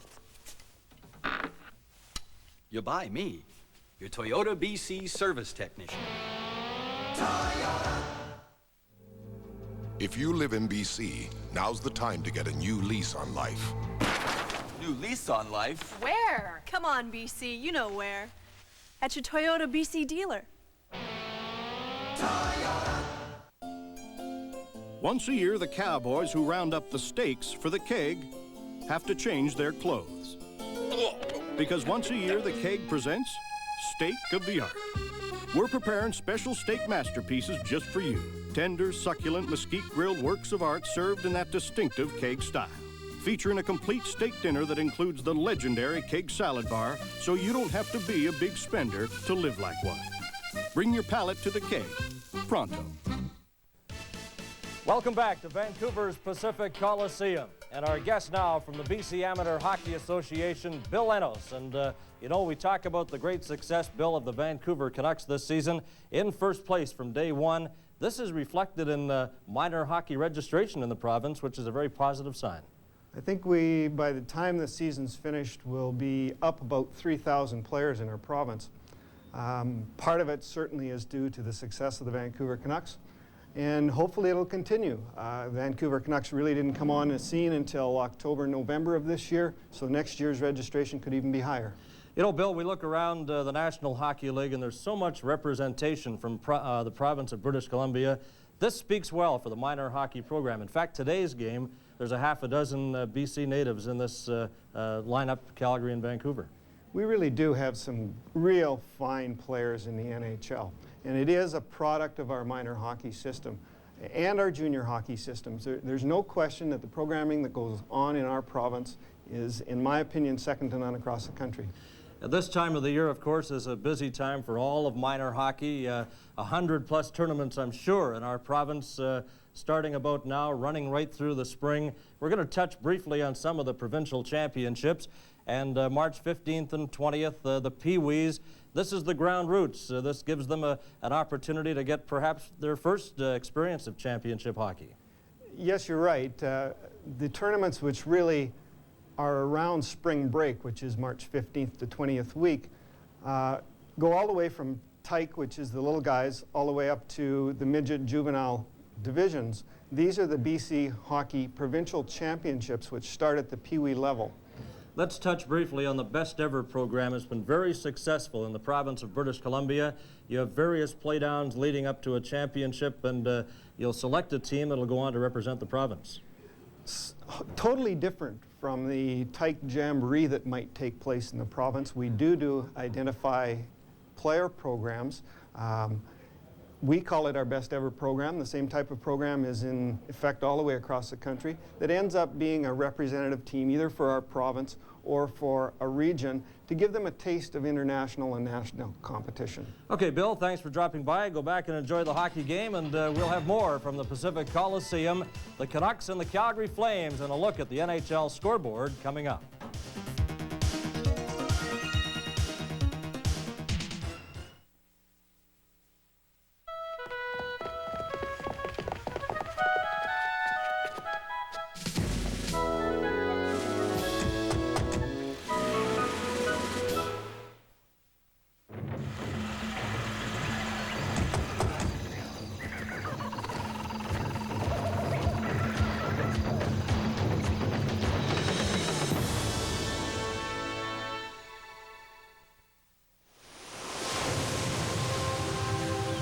United Buy and Sell Furniture Warehouse. No frills, no gimmicks, low prices.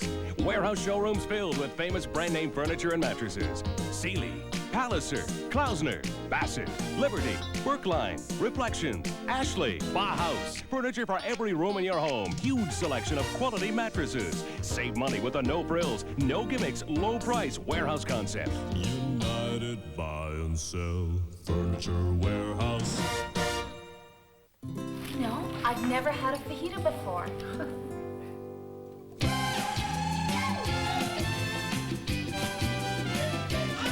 Introducing new beef fajitas at McDonald's. Seasoned beef, green peppers, onions, and tomatoes in a soft tortilla. with hot or mild sauce for only $1.29. A little taste of Mexico at McDonald's. And you say we never go anywhere. Now at Super Software, hot new games from Konami Ultra. From Daytona to Watkins Glen, Bill Elliott's NASCAR Challenge takes the checkered flag for car racing excitement. Metal Gear poses a new terrorist threat to the world in the hands of Colonel Katafi. You, codenamed Solid Snake, can save the day. And Teenage Mutant Ninja Turtles gives you a shot at Shredder and a chance to rescue April O'Neil. Now at Super Software, 7 days a week on Number 3 Road, 1/2 mile north of Richmond Center.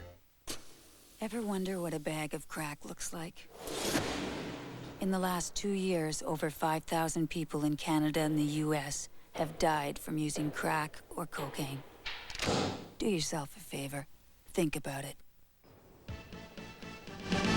Welcome back to the Pacific Coliseum and the NHL Scoreboard, brought to you by your local bottler of Coca-Cola Classic.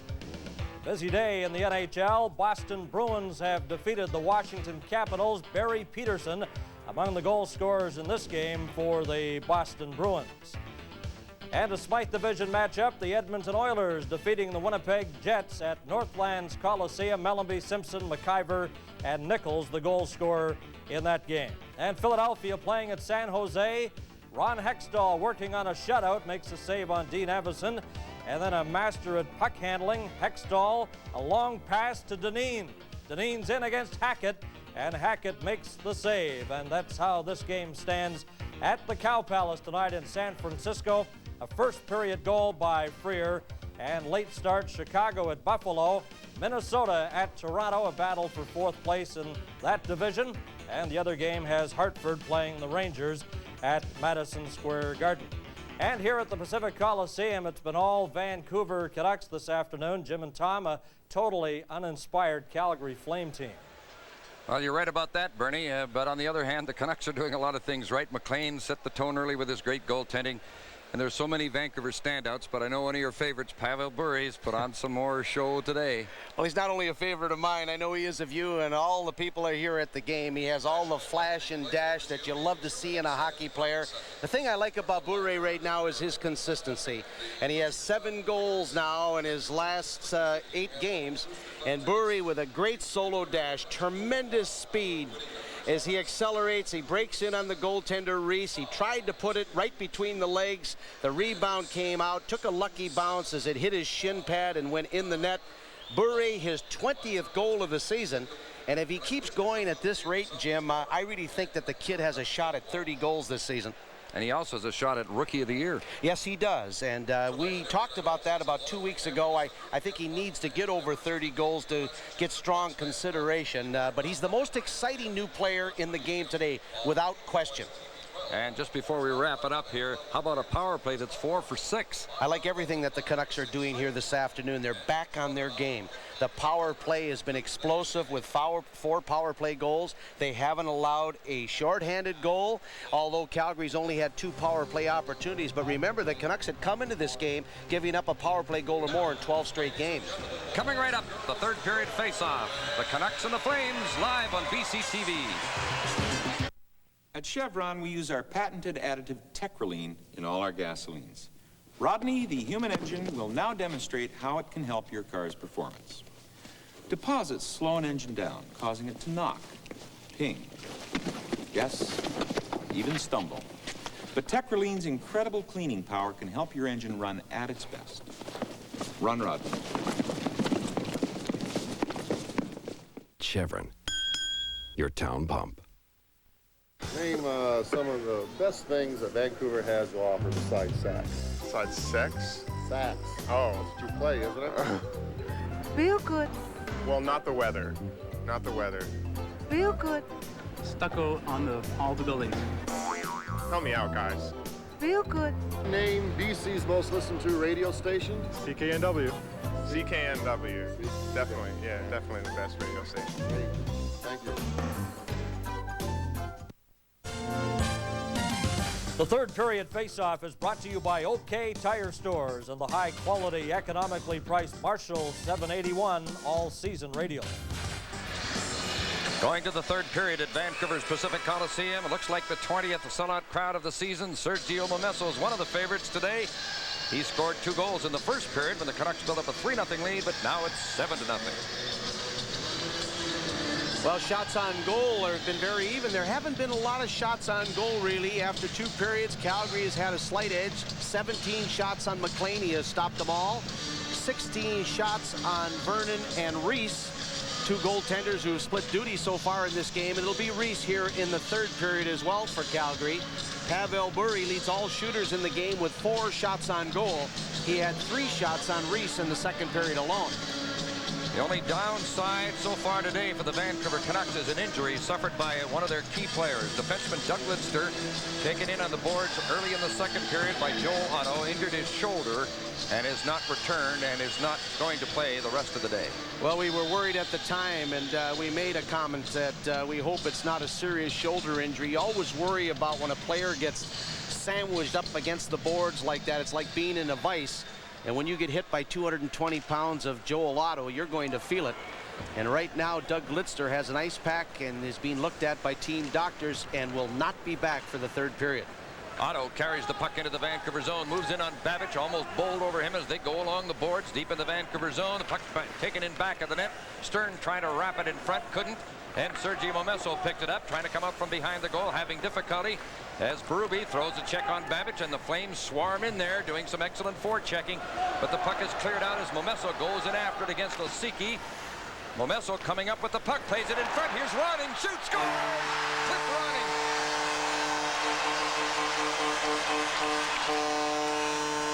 Oh, does Calgary ever look disorganized? 3 players went over to check Sergio Momesso, but Momesso showing great jump here this afternoon, hustled in to get to the puck with Osiki and took a bad bounce right onto the stick, but then Ronnie called for the puck wide open. Bang, slap shot right by Reese over the glove. 8-0 Vancouver. Good effort by Momesso. Perfect shot by Cliff Ronning, and everything is going Vancouver's way here today. That line having a big day. Momesso with a pair, Sandlak with a goal, and now there's center Cliff Ronning, who hasn't been scoring many goals lately, but he gets his 22nd goal of the year, and it's 8-0 Vancouver in the first minute of the third period. As the crowd cheers the announcement of Ronning's goal. The assist number 27, Sergio Momesso. There might be a second assist. And to number 25, Sandlak gets the second assist, so the line combines to make it 8-0. Roberts into the Vancouver zone, tied up by Didick, keeps going after the net, and just put it wide, then ran into McLean, bowled him over. Now he gets a challenge from Didick, and there's going to be a penalty to Roberts. Now Jimmy Agnew comes in, and they're upset with Roberts bowling over McLean. Well, they should be, too. Roberts, again, another Calgary player showing frustration. Stopped by McLean on a good scoring chance by Roberts, who leads the Flames in scoring, and then he just gave him the elbow. He roughed him, knocked him right into the net. Kind of a cheap shot by Roberts, but Fraser was right there to make the call. And we'll take a break. The score, the Canucks 8, the Flames nothing. This is NHL Hockey from Vancouver.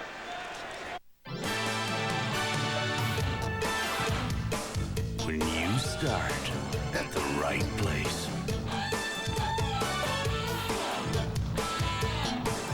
with all the right stuff, you get a beer brewed the Rocky Mountain way. And that's when you know you've got the right beer now. Well, what looked like strong possibilities for Calgary to get their first goal. Musil hitting Roberts with a nice pass. Roberts was able to fight off the check of Didick and then went to the backhander down low, and then he kind of just gave the knee to McLean, and they call it charging.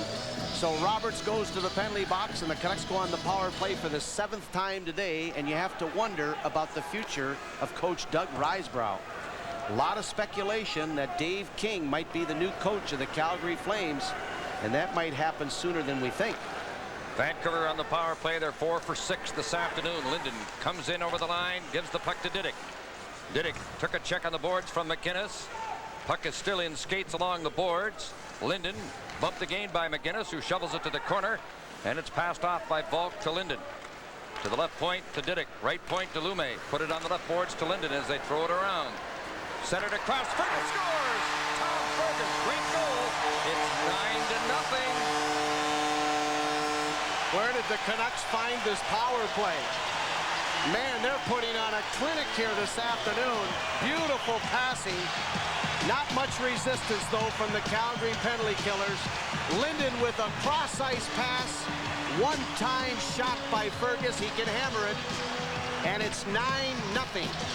One of the most impressive offensive outputs the Canucks have had in a long time. Their best this season, the best in many seasons. Fergus now makes it 9-0. Vancouver goal is 12th of the season, scored on the power play by number 12th goal of the year for Tom Fergus. Tom Fergus. The happiest fans around BC are those who've entered our power play contest. 5 winners today. We'll get another one out in a moment here. Linden and Lume get assists on this latest goal. Linden made a great cross-ice pass to Fergus. Play now in the Vancouver zone as Yanni plays the puck intercepted by Pavel Bure. Backhands it to Greg Adams at center ice. In on the Calgary defense. A long shot. Reese stopped it. And the crowd gets all over Reese for making the save. As they cheer that easy stop by Reese. And what a long day it's been for the Calgary goaltenders. And almost anyone else connected with the Flames. A long shot into the Vancouver goal mouth area. Went off a skate to the corner. Now it's Reichel off the right boards with the puck. Puts it across in front. Suter couldn't pick up the pass. Puck is at the side of the Vancouver goal. Poke loose. Back to Suter at the left point. Winds up, shoots. It deflects high as Bure tipped it up into the seats. Well, the Flames have 3 goaltenders now on their roster. Joining them from the Olympic team is Trevor Kidd. There was speculation that young Kidd would be in the pipes here this afternoon. And taking a look at the score, maybe it was a bad decision that Risebrough didn't go with him. But Trevor Kidd definitely will probably see action in the next Calgary outing. I would think they want to take a look at him.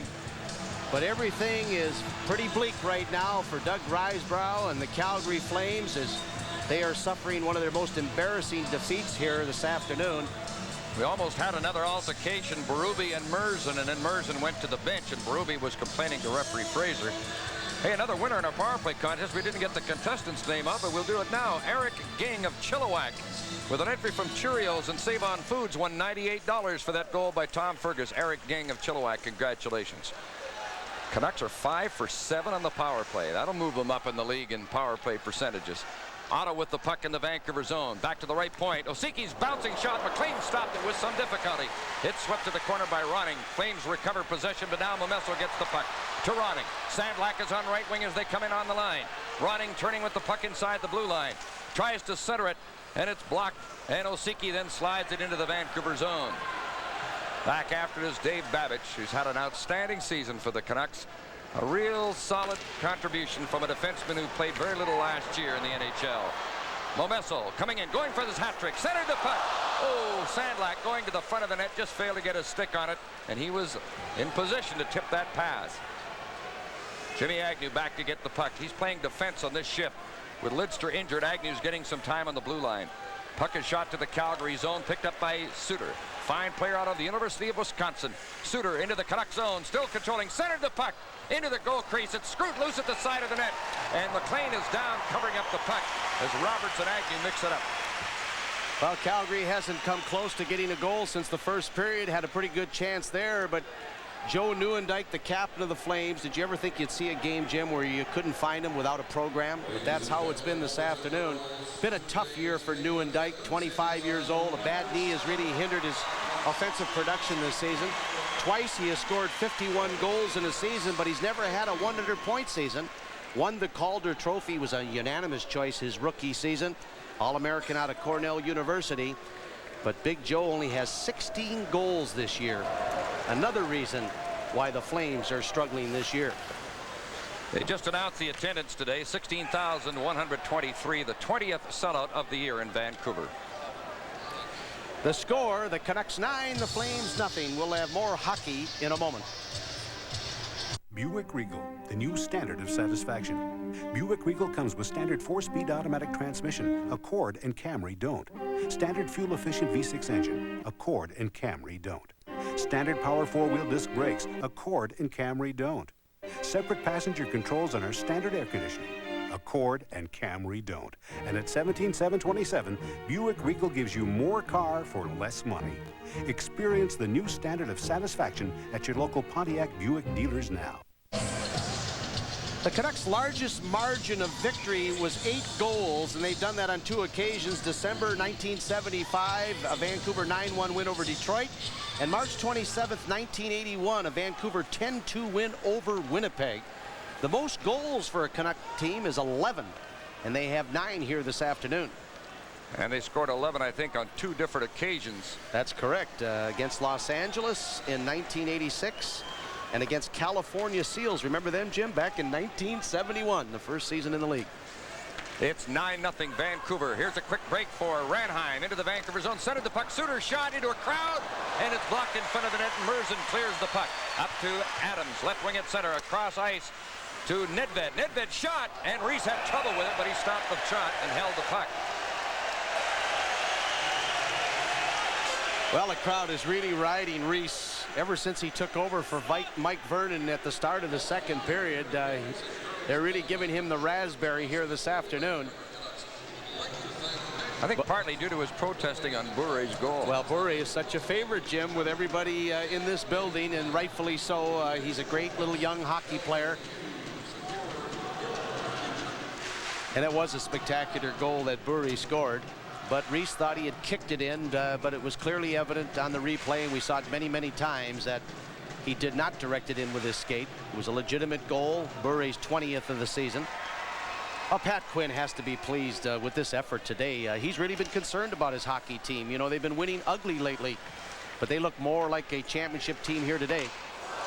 Reese makes a save on a shot from the point and turned the puck over the glass into the crowd. But I don't think we can order the rings just yet.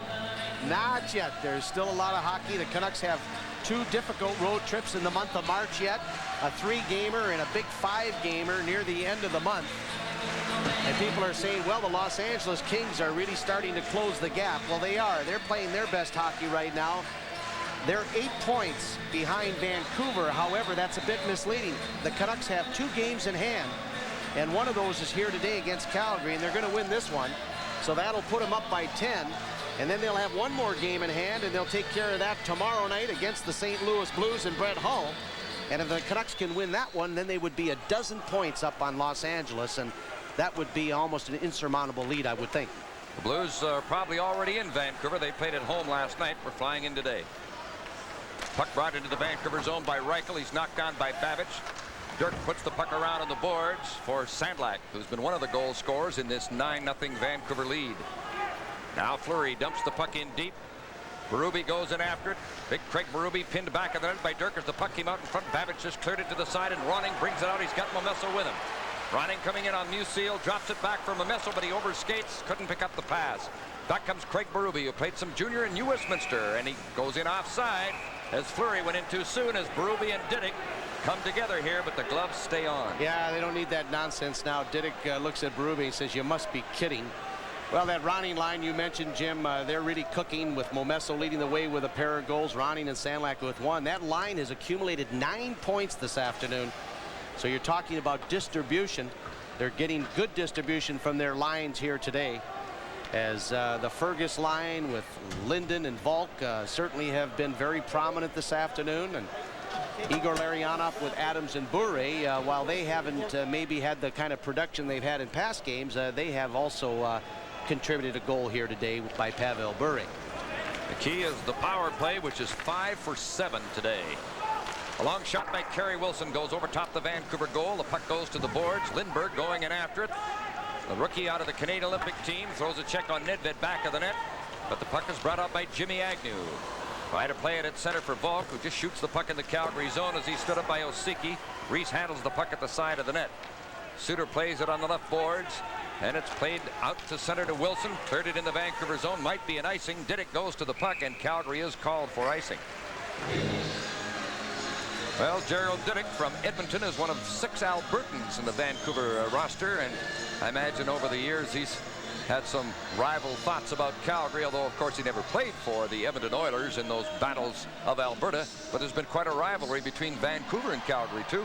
Well, he had a real set to the last time these two teams met with Ronnie Stern, and it was a big battle won by Didick, and I kind of thought he'd be involved in something here today, and he was. But Didick really is playing his best hockey of his pro career with Vancouver. Originally a first-round draft choice of the Islanders, then traded to Montreal, who didn't really get much of a shot there, kind of had a personality conflict with the people involved in Montreal, and came here to Vancouver where he's happy to be and playing great hockey. The crowd's got the wave going here at the Pacific Coliseum this Sunday afternoon. A lot of youngsters in the stands, too, and a lot of visitors from around the province having a good time. Puck shot deep into Vancouver territory. Ranheim in after it. Greg Adams comes up with the puck. Ranheim ties him up, but Lume gets control, slides it up to Adams from Nelson, BC. He failed to get loose as Michel Petit put the puck into the Vancouver zone. Merzen gets it up to Larionov. Now to Lume, just misses Bure coming down the middle. And behind the play, we've got Merzen and Otto colliding now, but Stern was originally involved with Merzen. Now Otto and Merzen are being separated.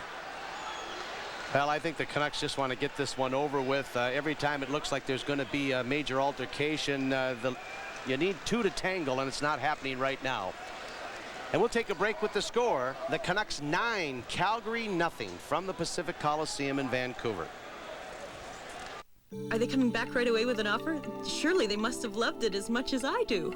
At RE/MAX, we listen. That's why we're Canada's leading real estate organization.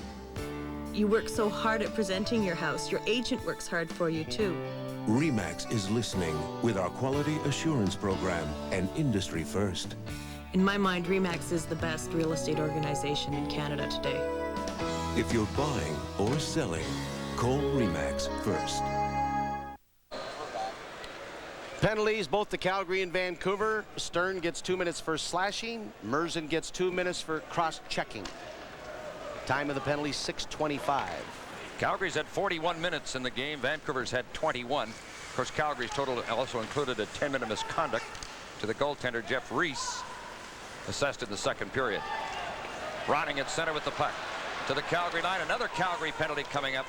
Boy, they're taking a lot of penalties, and that's just part of their problem this season, showing a lack of discipline. Well, Berube took a slash at Ronning, gave it a two-hander, and you know, Fraser really has to stay on top of this. We talked at the end of the second period about, Jim, you said it might get rough. I said we got to watch out for the cheap shots and hope they keep the sticks down, but Berube just giving Ronning the stick as he cut into the middle, and that picks up 2 minutes, so the Canucks go on the power play again, the 8th time here today, and they have burned Calgary big time with 5 power play goals this afternoon. Berube and Ronning were line mates at one time in junior hockey, as Berube and Ronning both played in US Minster. Doug Risebrough, a very concerned young man at the Calgary bench, as general manager and coach of this Calgary team that is battling to make the playoffs. Many thought they'd be battling to finish first in the division. So our contestant this time in the power play contest is Ivan Savic, hope I pronounced that correctly, from Kamloops, with an entry from McCain's Juice and overweighty. $98 in the jackpot for Ivan Savic of Kamloops. 5 power play goals for Vancouver in 7 opportunities prior to this one. Sandlak racing after the puck. Al McInnes cuts him off back of the Calgary goal, but the puck goes to Ronning back of the net. Making moves there, flipped it to Momesso, puts it across ice to Didick, who's in deep. Sandlak has tripped up as the puck went behind the net, scooped around on the boards. Merzen, or rather Momesso, keeping it in. Now to Ronning back of the net. Ronning tied up by Musil. The puck goes to the corner. Didick jumps in to get it in the right corner. Threw it out in front, went right to the left point to Babic. Hard shot, tipped aside. Musil works over Ronning with quite an elbow. The puck went to the left point to Babic. Right point to Didick. Winds up and shoots. Reese made the save through a crowd with a good stop. Babic kept it in to Sandlak. Out to Didick, but he can't keep it onside. The pass was on his backhand and outside the line. Now Babic is hit by Fleury, and I'm telling you, the Flames are doing some hunting right now. Very frustrated by that 9-0 score. Play at the Vancouver line. Linden chased by Roberts, giving him some trouble. Pins him near the corner. Roberts fighting for the puck near the corner. Had it taken away by Jyrki Lume. Lume chased to the corner by Roberts, who lines him up, got a piece of him. Now Lume tries the other way. Goes out from behind the net, cuts in front. He's tackled by Wilson, but the play goes on as out comes Babic to Trevor Linden. To the Calgary line to Gary Volk. Shoots. Restopped that as Volk was going for the hat trick. The puck bounces off Roberts, then he gets control and scoops it into Vancouver territory with 16 seconds left in Berube's penalty that has the Flames shorthanded. Jimmy Agnew out in the late stages of the power play. That's a rare assignment to the young defenseman from Hartney, Manitoba. Now a long pass on the left boards to Tom Fergus. Rolled the puck for Linden, but it's tipped away at the Calgary line. Now Linden turning with the puck as Berube comes out of the penalty box. Long shot by Agnew goes just wide. Linden coming to the slot, couldn't get a shot. And Renheim turns with the puck. Paul Renheim, a quick skater down the left boards to center. Stick handling towards the Vancouver line as Calgary's on a change. He tried to get it to Reichel, who was slowed up by Linden. And Robert Dirk is able to take the puck. Dirk and Agnew, the defensive pair, with Doug Lidster injured early in the second period and has not returned. That's normally Dirk's partner. Petit carries up the middle to center. To the Vancouver line. Michel Petit poke checked by Dirk, who forced him to turn back at center ice. Nearing the midway mark of the third period, it's 9-0 Vancouver. They led 3-0 after 1, 7-0 after 2. Petit fans on a pass in the neutral zone. Puck goes across to Yanni. Puts it into the Vancouver zone, but he's slowed up by Adams, who did a good job to stay with Yanni. And now Dirk rings it around on the boards and out. Petit chasing the puck back into his own zone. Adams, good skater, moves in on him as Petit turns with the puck. Hooked by Adams, and the puck goes loose into the corner. Banked around on the left boards to Lindbergh. In his second game as a Calgary Flame, played against Philadelphia Friday. Now his first road game since coming from the Olympics to the Calgary Flames. He was signed as a free agent. Puck is flipped up on the right side, and Makarov brings it to center. 3-on-2 for Calgary. Into the Vancouver zone. A pass for Lindbergh. Tried to center it, but he was partially checked by Larionov. And Jyrki Lume cleared the puck to center ice. Reichel brings it right back in. He fell as he wanted to shoot. And Makarov also just failed to pick up the puck, and the Canucks bring it back. In over the line, Larionov moving in with Bure, bracing for the net. Turns on the left boards. Pavel Bure drops it off to Larionov in the left corner. McInnes has lost a stick as he moves into check. Bure lost it back of the net. And it's flipped off the boards and out by Paul Cruz out there now for Calgary. And the tough kid races into forecheck as the pass goes to Jyrki Lume. At center to Pavel Bure. Coming down the middle. Neat move at the line. Drops it off to Larionov. He shoots, and the rebound score! Jyrki Lume makes it 10-0. Well, if you're going to get 10 goals in a game, you might as well make the 10th one a pretty one, and that's exactly what it was for the Canucks. The two Russians, Larionov and Bure, doing their magic. Drop pass to Larionov. He won't shoot, he won't shoot. He finally does, but the rebound comes right to Lume, who had jumped up in the rush, and he bangs in the rebound to make it 10-0 Vancouver. Great passing, though. Bure and Larionov, and then Larionov finally took the shot, but the rebound came right to Lume for his 12th goal of the season. And Vancouver really has a laugher here today. First of the season, scored by number 21, Jyrki Lume. Well, Lume hasn't scored for a long time. Of course, he contributes in other ways. Not since the Detroit game, and that was a great goal. That was a big winner against the Red Wings on January 23rd. This is his first goal since. And to number 10. Now it's Renheim breaking in on the Vancouver goal. The puck centered. Oh, McLean barely stopped it, but here comes a Canuck penalty on the play after the goal by Lume. The score, Vancouver 10, the Flames nothing, and we'll have more Canucks hockey after. Turn your country on 93.7 FM. Hi, I'm Kathy Mattea. You know I love my country music. So why don't you turn me on right now? Country music is about life and about people. The two things we love to sing about the most. And think about it. Just by turning on your radio, we get to share the music we love the most with you. Anywhere you are, anytime you want. So why don't you turn me on right now? Turn your country on 93.7 FM, JR Country. For holding. Well, Diddick's in the penalty box. A rare penalty for Vancouver this afternoon as far as putting Calgary on the power play. Only the third time the Flames have had the man advantage. Diddick gets 2 minutes for holding Renheim, who's a very fast skater. As he broke into the net, he got position, and Diddick just grabbed him and turned him around. Definitely a penalty, and Calgary will try to get their first goal of the hockey game right here with the man advantage. And they have an excellent power play with the point men, the Keys. Suter at the right side, McInnes at the left right now as they work the puck in the Vancouver zone. The pass to Suter at the right point. Over to Al McInnes, lets it go. McLean stopped it, the rebound. Oh, shot high. Makarov was all alone in front, took his time and put it over the net. McInnes at the left point. On the left boards to Wilson. Wilson plays it down in the corner to Roberts. Back to Wilson on the left boards. Out at the point to Al McInnes. Winds up and shoots. Wide of the net. The rebound. Hopped off Wilson's stick. Now he shoots wide. Puts it high to the corner, and it bounces out to center ice. Well, they've had a couple of great chances on rebounds on this power play, but it missed the target. And McInnes, of course, is such a threat from the point. Even if he should miss the net or have a rebound, there's so much on his shot. It's dangerous to stand around in front of the net. That goes for his teammates, too, I imagine. McInnes plays it on the right to Fleury, coming to center. On the left to Reichel at the Vancouver line. Shot the puck in. 55 seconds left in the Canuck penalty. As the puck is banked off the glass, Fleury couldn't pick it up, but it's controlled by Nieuwendyk. Dumps it to the boards. Petit moving in after it. Checked by Merzen as the puck goes in behind the net. Lume got a stick on it and swept it down the ice. Vancouver's 5 for 8 on their power play today. Calgary's currently 0 for 2, and this is their third opportunity of the day. 33 seconds left in it. Fleury down the right wing, winding up, shoots, and McLean got a piece of that hard shot and turned it wide. Puck goes in the corner to Nieuwendyk, behind the net to Fleury, back in the left wing corner to Nieuwendyk. From Whitby, Ontario, back to the point. Yanni shot wide. The puck is in the mesh back of the Vancouver goal. Lume couldn't pick it up. It's controlled now by Reichel. He shoots. McLean stopped it on the short side. Back to the point to Yanni. Right point to Petit. Can't keep it onside. And the puck is cleared away by Gary Bulk, who's playing a very solid game and has scored twice on Canuck power plays. Now the penalty's over. And the crowd respond to that as Didick is back on. Puck shot in on McLean. He caught it. Dumps it aside. Puck goes around on the boards, and out comes Babic in possession. Up to Pavel Bure, and it's always exciting when he's got the puck. Back to Larionov, moving in on Yanni. Larionov making turns out near the blue line. Back for Bure, couldn't pick it up on the boards. He tried to sneak behind Stern, but couldn't come up with the puck. Now it's Berube coming in on the left wing. Turning in the Vancouver zone, swing it across in front. Ottawa's lost his helmet as he's out there playing it back to Musil at the left point. Shot on the net. McLean bats it aside. Puts it over the net. The Vancouver goal is off its supports.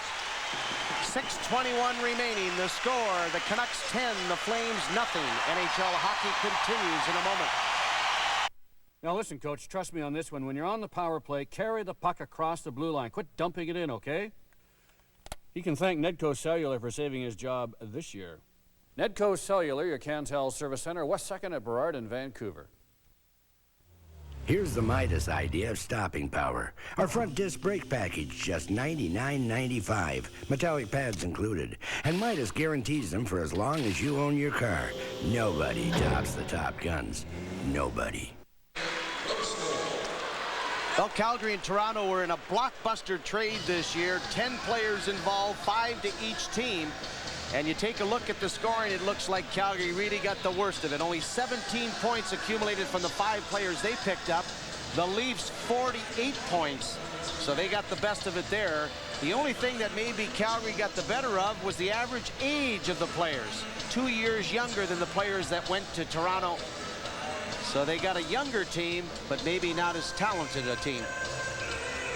Well, McLean had to make a couple of tough saves in the last flurry to keep Calgary off the scoreboard. There's 6 minutes and 21 seconds left. The score is 10-0 for Vancouver. And who'd have thought it? Anywhere in the NHL, 10-0.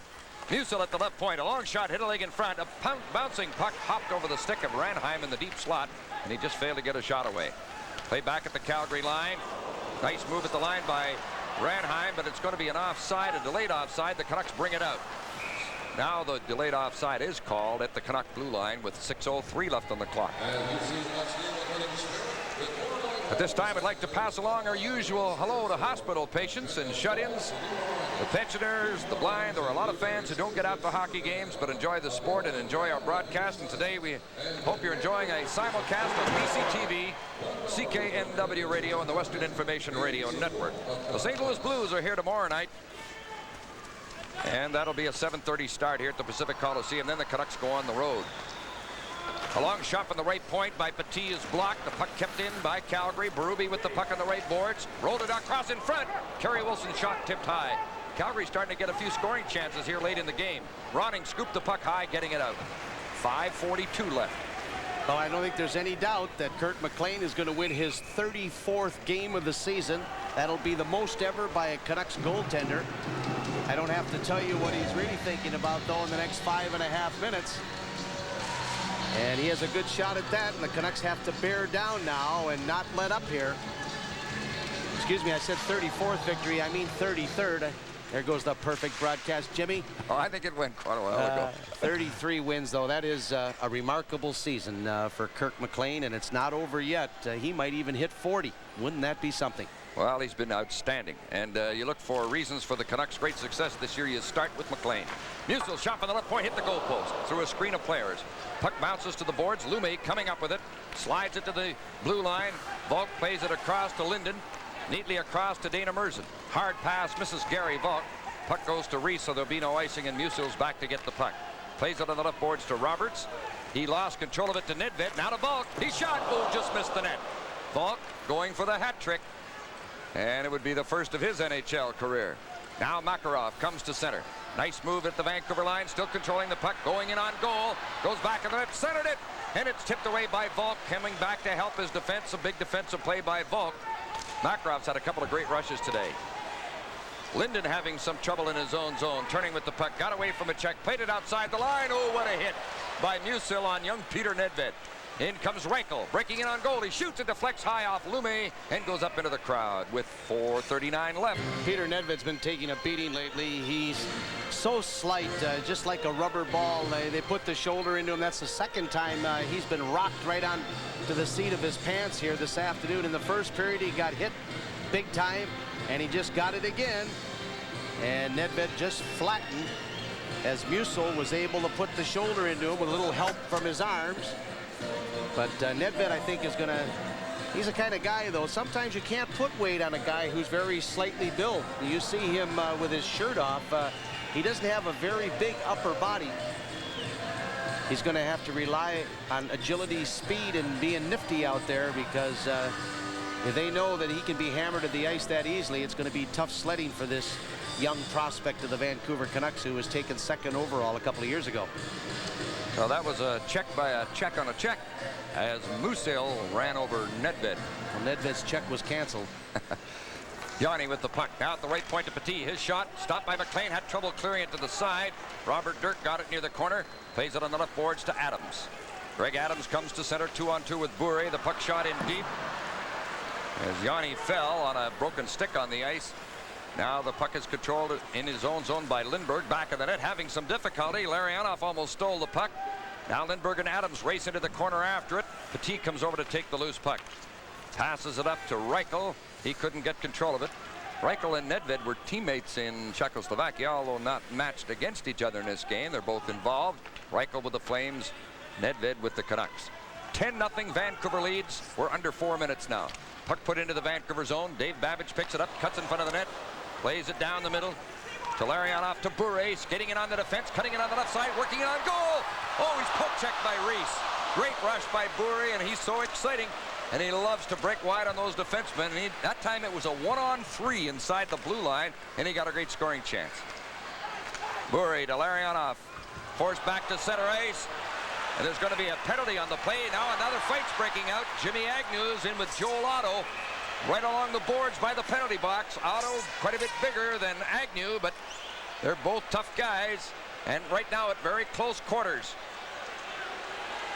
Agnew trying to get that right hand free. Gets an uppercut from Otto. He's in tough against Big Joe, but Agnew will give it everything he's got. He's a tough kid. Well, you know why he's in this fight, don't you? Because Otto gave Bure a cheap shot. He was going to get a penalty for it. Agnew flew right in there to take him on. But Otto really took a cheap shot at Bure right out in the neutral zone, and it was picked up by referee Kerry Fraser. And with 3:29 remaining, we'll take a break. The score, Vancouver 10, Calgary nothing. Back to Canucks hockey. Buick Regal, the new standard of satisfaction. Buick Regal comes with standard 4-speed automatic transmission. Accord and Camry don't. Standard fuel-efficient V6 engine. Accord and Camry don't. Standard power 4-wheel disc brakes. Accord and Camry don't. Separate passenger controls on our standard air conditioning. Accord and Camry don't. And at $17,727, Buick Regal gives you more car for less money. Experience the new standard of satisfaction at your local Pontiac Buick dealers now. Okay, Pavel Bure draws a penalty as Joel Otto really gave him a cheap shot from behind. Just rammed him right in the back of the neck, knocked him down, and then that's when Agnew flew in there to take on Otto. So Otto gets 2 minutes for roughing, 5 minutes for fighting. But what a great rush earlier, though, by Bure, as he went right around Osiki, and all Reese could do was gamble with the poke check with his goalie stick, and he didn't even know where the puck was. If he misses, Bure's got his second goal of the game. But he is fun to watch, isn't he? What an exciting player this young man is. Otto and Agnew got 7 minutes each. Now another fight. Sandlak and Berube. Berube may be the tougher of the two, but they're both big men now on their knees in front of the Vancouver goal. Now they go to the ice with Berube on top. It's the fifth fight of the game. We had them all at the start of the game, and now we're getting them at the end of the day. Yeah, it's really trash can stuff now, isn't it? I mean, here's a 10-0 hockey game, and you see this nonsense.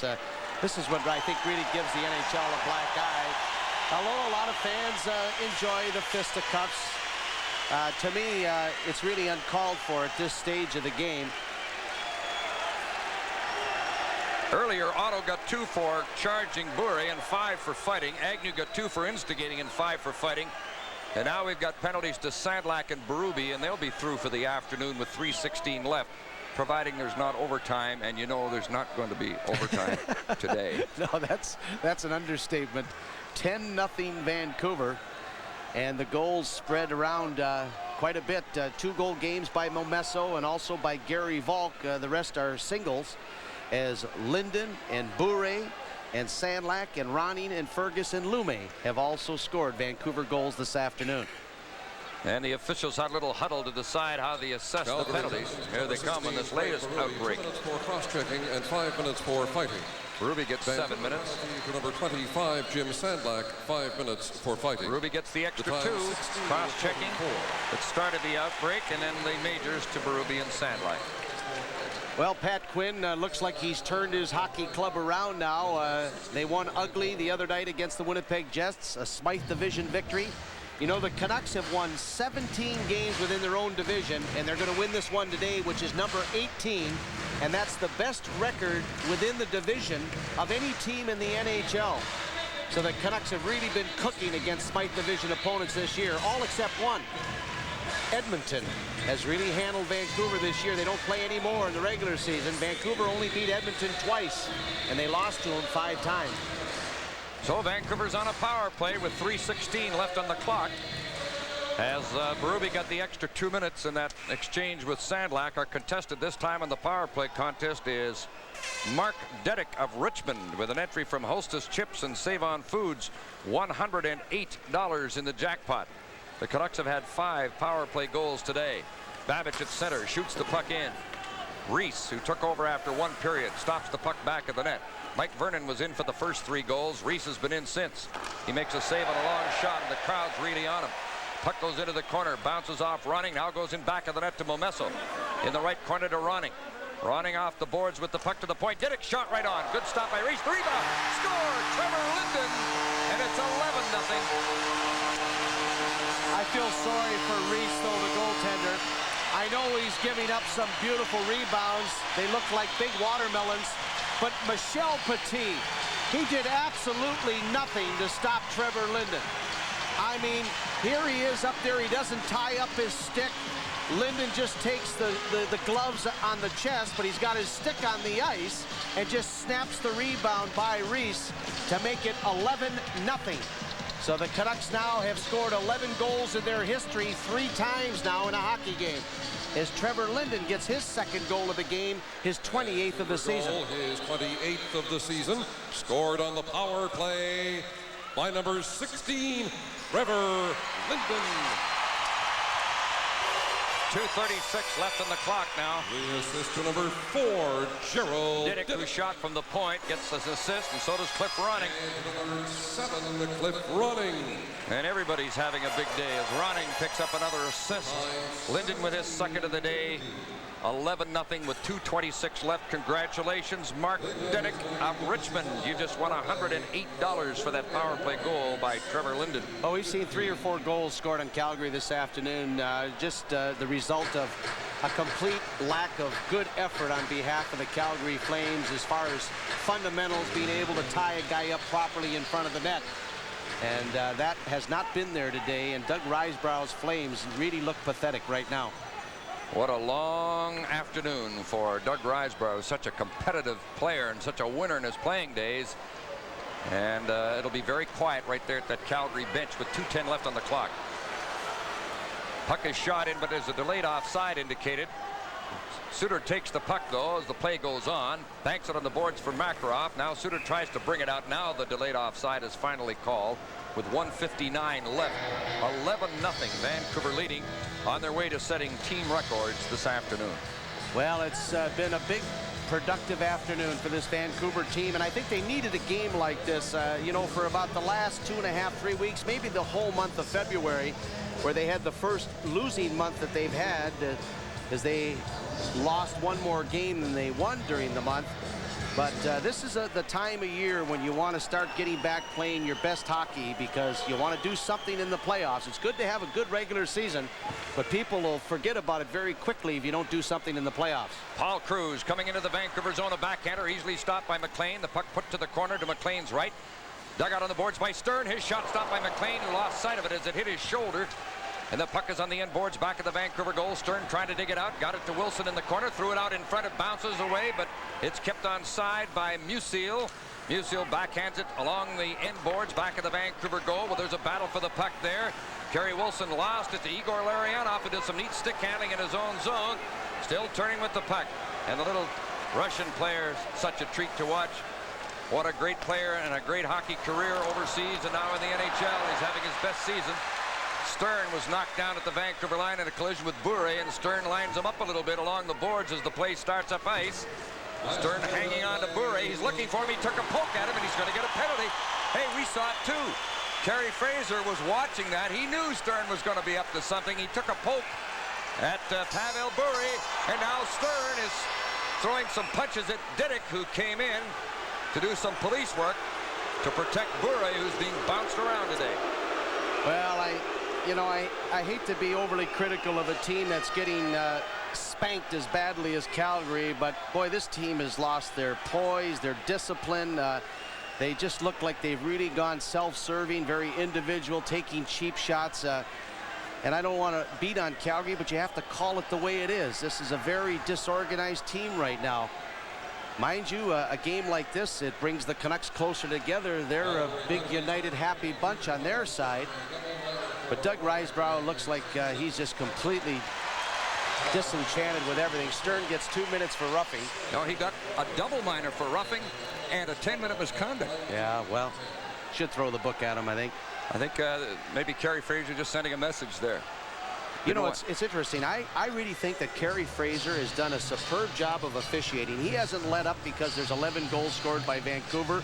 He's seen everything, just the cheap shot right there by Stern on Pavel Bure. And he assessed it, and he threw the book at him with a double minor and also a 10-minute misconduct. He went back and just had a few words with the Calgary goaltender, Reese. Not too sure what they were talking about, but Reese had been giving him a bad time earlier, and Fraser gave him misconduct to the goalie at that stage. Now we're into the last minute. Vancouver leading 11-0, and they're on another power play. Ronning with the puck. Back to the right point to Didick. Winding up. Back to Ronning on the boards. Can they make it a dozen? Didick shot. Tip wide. 35 seconds left. Well, the Canucks don't care if they make it a dozen. They want the shutout for McLean. Ronning with the puck back of the goal. Holding it back of the Calgary net. Out to Lume. Lume's pass almost intercepted. The puck recovered by Momesso. Checked on the boards. Reichel getting to the puck on the board. Scoops it to the line, but not out. Lume keeping it in. Lume holding it at the line. Failed to get it to Momesso. 14 seconds left as the puck is shot down the ice. Well, McLean should get his shutout. And it would be his 5th of the year. It would be his 10th in a career. He's starting for the bench now as the play comes out to center ice. It could be rough at the end of the game. Musil and Momesso. Now there's fights breaking out. Cruz throwing all kinds of punches at Didick. And we've got a brawl at the end of the game. Actually, the game isn't officially over. 2.9 seconds left. Cruz really jumped Didick, who was nailed by a couple of punches before he knew the fight was on. But now he knows it's on, and he throws a headbutt at Cruz. Didick has a bloody nose from that sucker punch that started it, but then he butted Cruz back. So that's going to cost Didick some too, but Cruz really jumped him and bloodied his nose. Yeah, the headbutt might even get you a couple of games suspension. Didick is an old street fighter, but he got jumped. He got hammered pretty good, but I think the headbutt by Didick also caught Cruz right on the old beak. But it gets kind of nasty and ugly here at the end of the game. 2.9 seconds remaining. Well, there was a delayed penalty coming up to Calgary, yet another one, as McLean was heading to the bench. Well, we want to make sure if there really was a headbutt, because that often brings game suspensions, but we did think we saw Didick with a headbutt. But Cruz just came in and nailed him with a couple of punches in his face when he didn't know there was going to be a fight break out. But there was a delayed penalty, I think, being indicated to Calgary with just 2.9 seconds left on the clock now. McLean was heading to the bench for an extra attacker up the ice. I don't know why he'd bother with such a few seconds left in the game. Well, it's a reaction. You do it. I think so, right. Well, let's talk about some positive things, why they sort this out, Jim. And the one big positive is what Kirk McLean has done today. He has set a club record for goaltender wins with 33, and what a nice way to do it. He's going to have a 10-0 shutout. That gives him 5 shutouts on the season, tying him with Bob Essenza of the Winnipeg Jets and Patrick Waugh of the Montreal Canadiens for the overall NHL lead in shutouts with 5. Now Quinn is getting involved as he's yelling over at the Calgary bench. Dougie Risebrough. Yeah, Risebrough. He's telling Risebrough this is a joke, and he's right.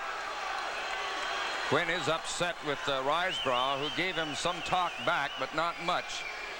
And I think the Canucks are extremely upset with this last few seconds here, with Cruz just went in there and really jumped Didick in an 11-0 hockey game. Well, here come the penalties. Here they are. Gary Roberts, 2 minutes for high sticking. To number 3, Frank Musial, 2 minutes for roughing. To number 12, Paul Cruz, 5 minutes for fighting.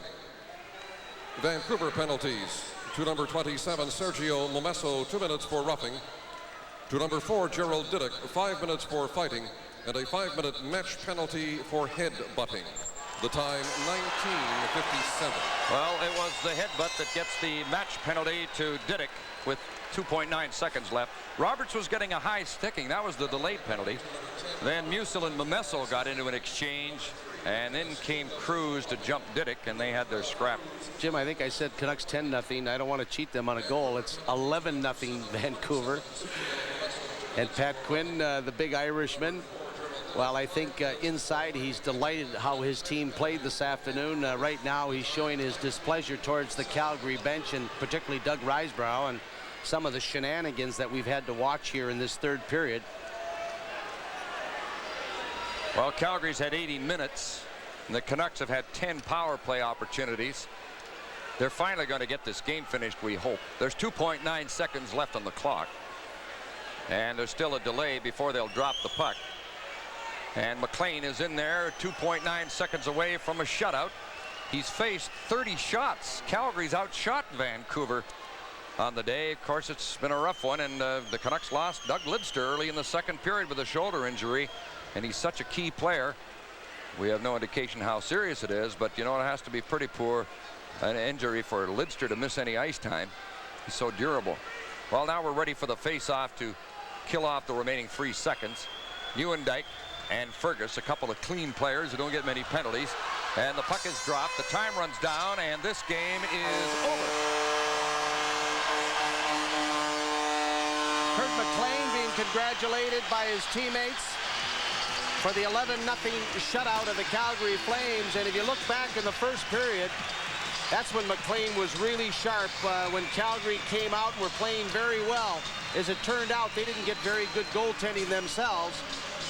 From Mike Vernon, they made a change after the first period. Trevor Linden joined with Roberts a little bit. There's not a lot of good feeling between these two teams, and there never has been. You know, Vancouver and Calgary have always battled very hard, but Calgary's won most of the time. But Vancouver is doing something about that this year, as the Canucks now have beaten the Flames 3 times this season.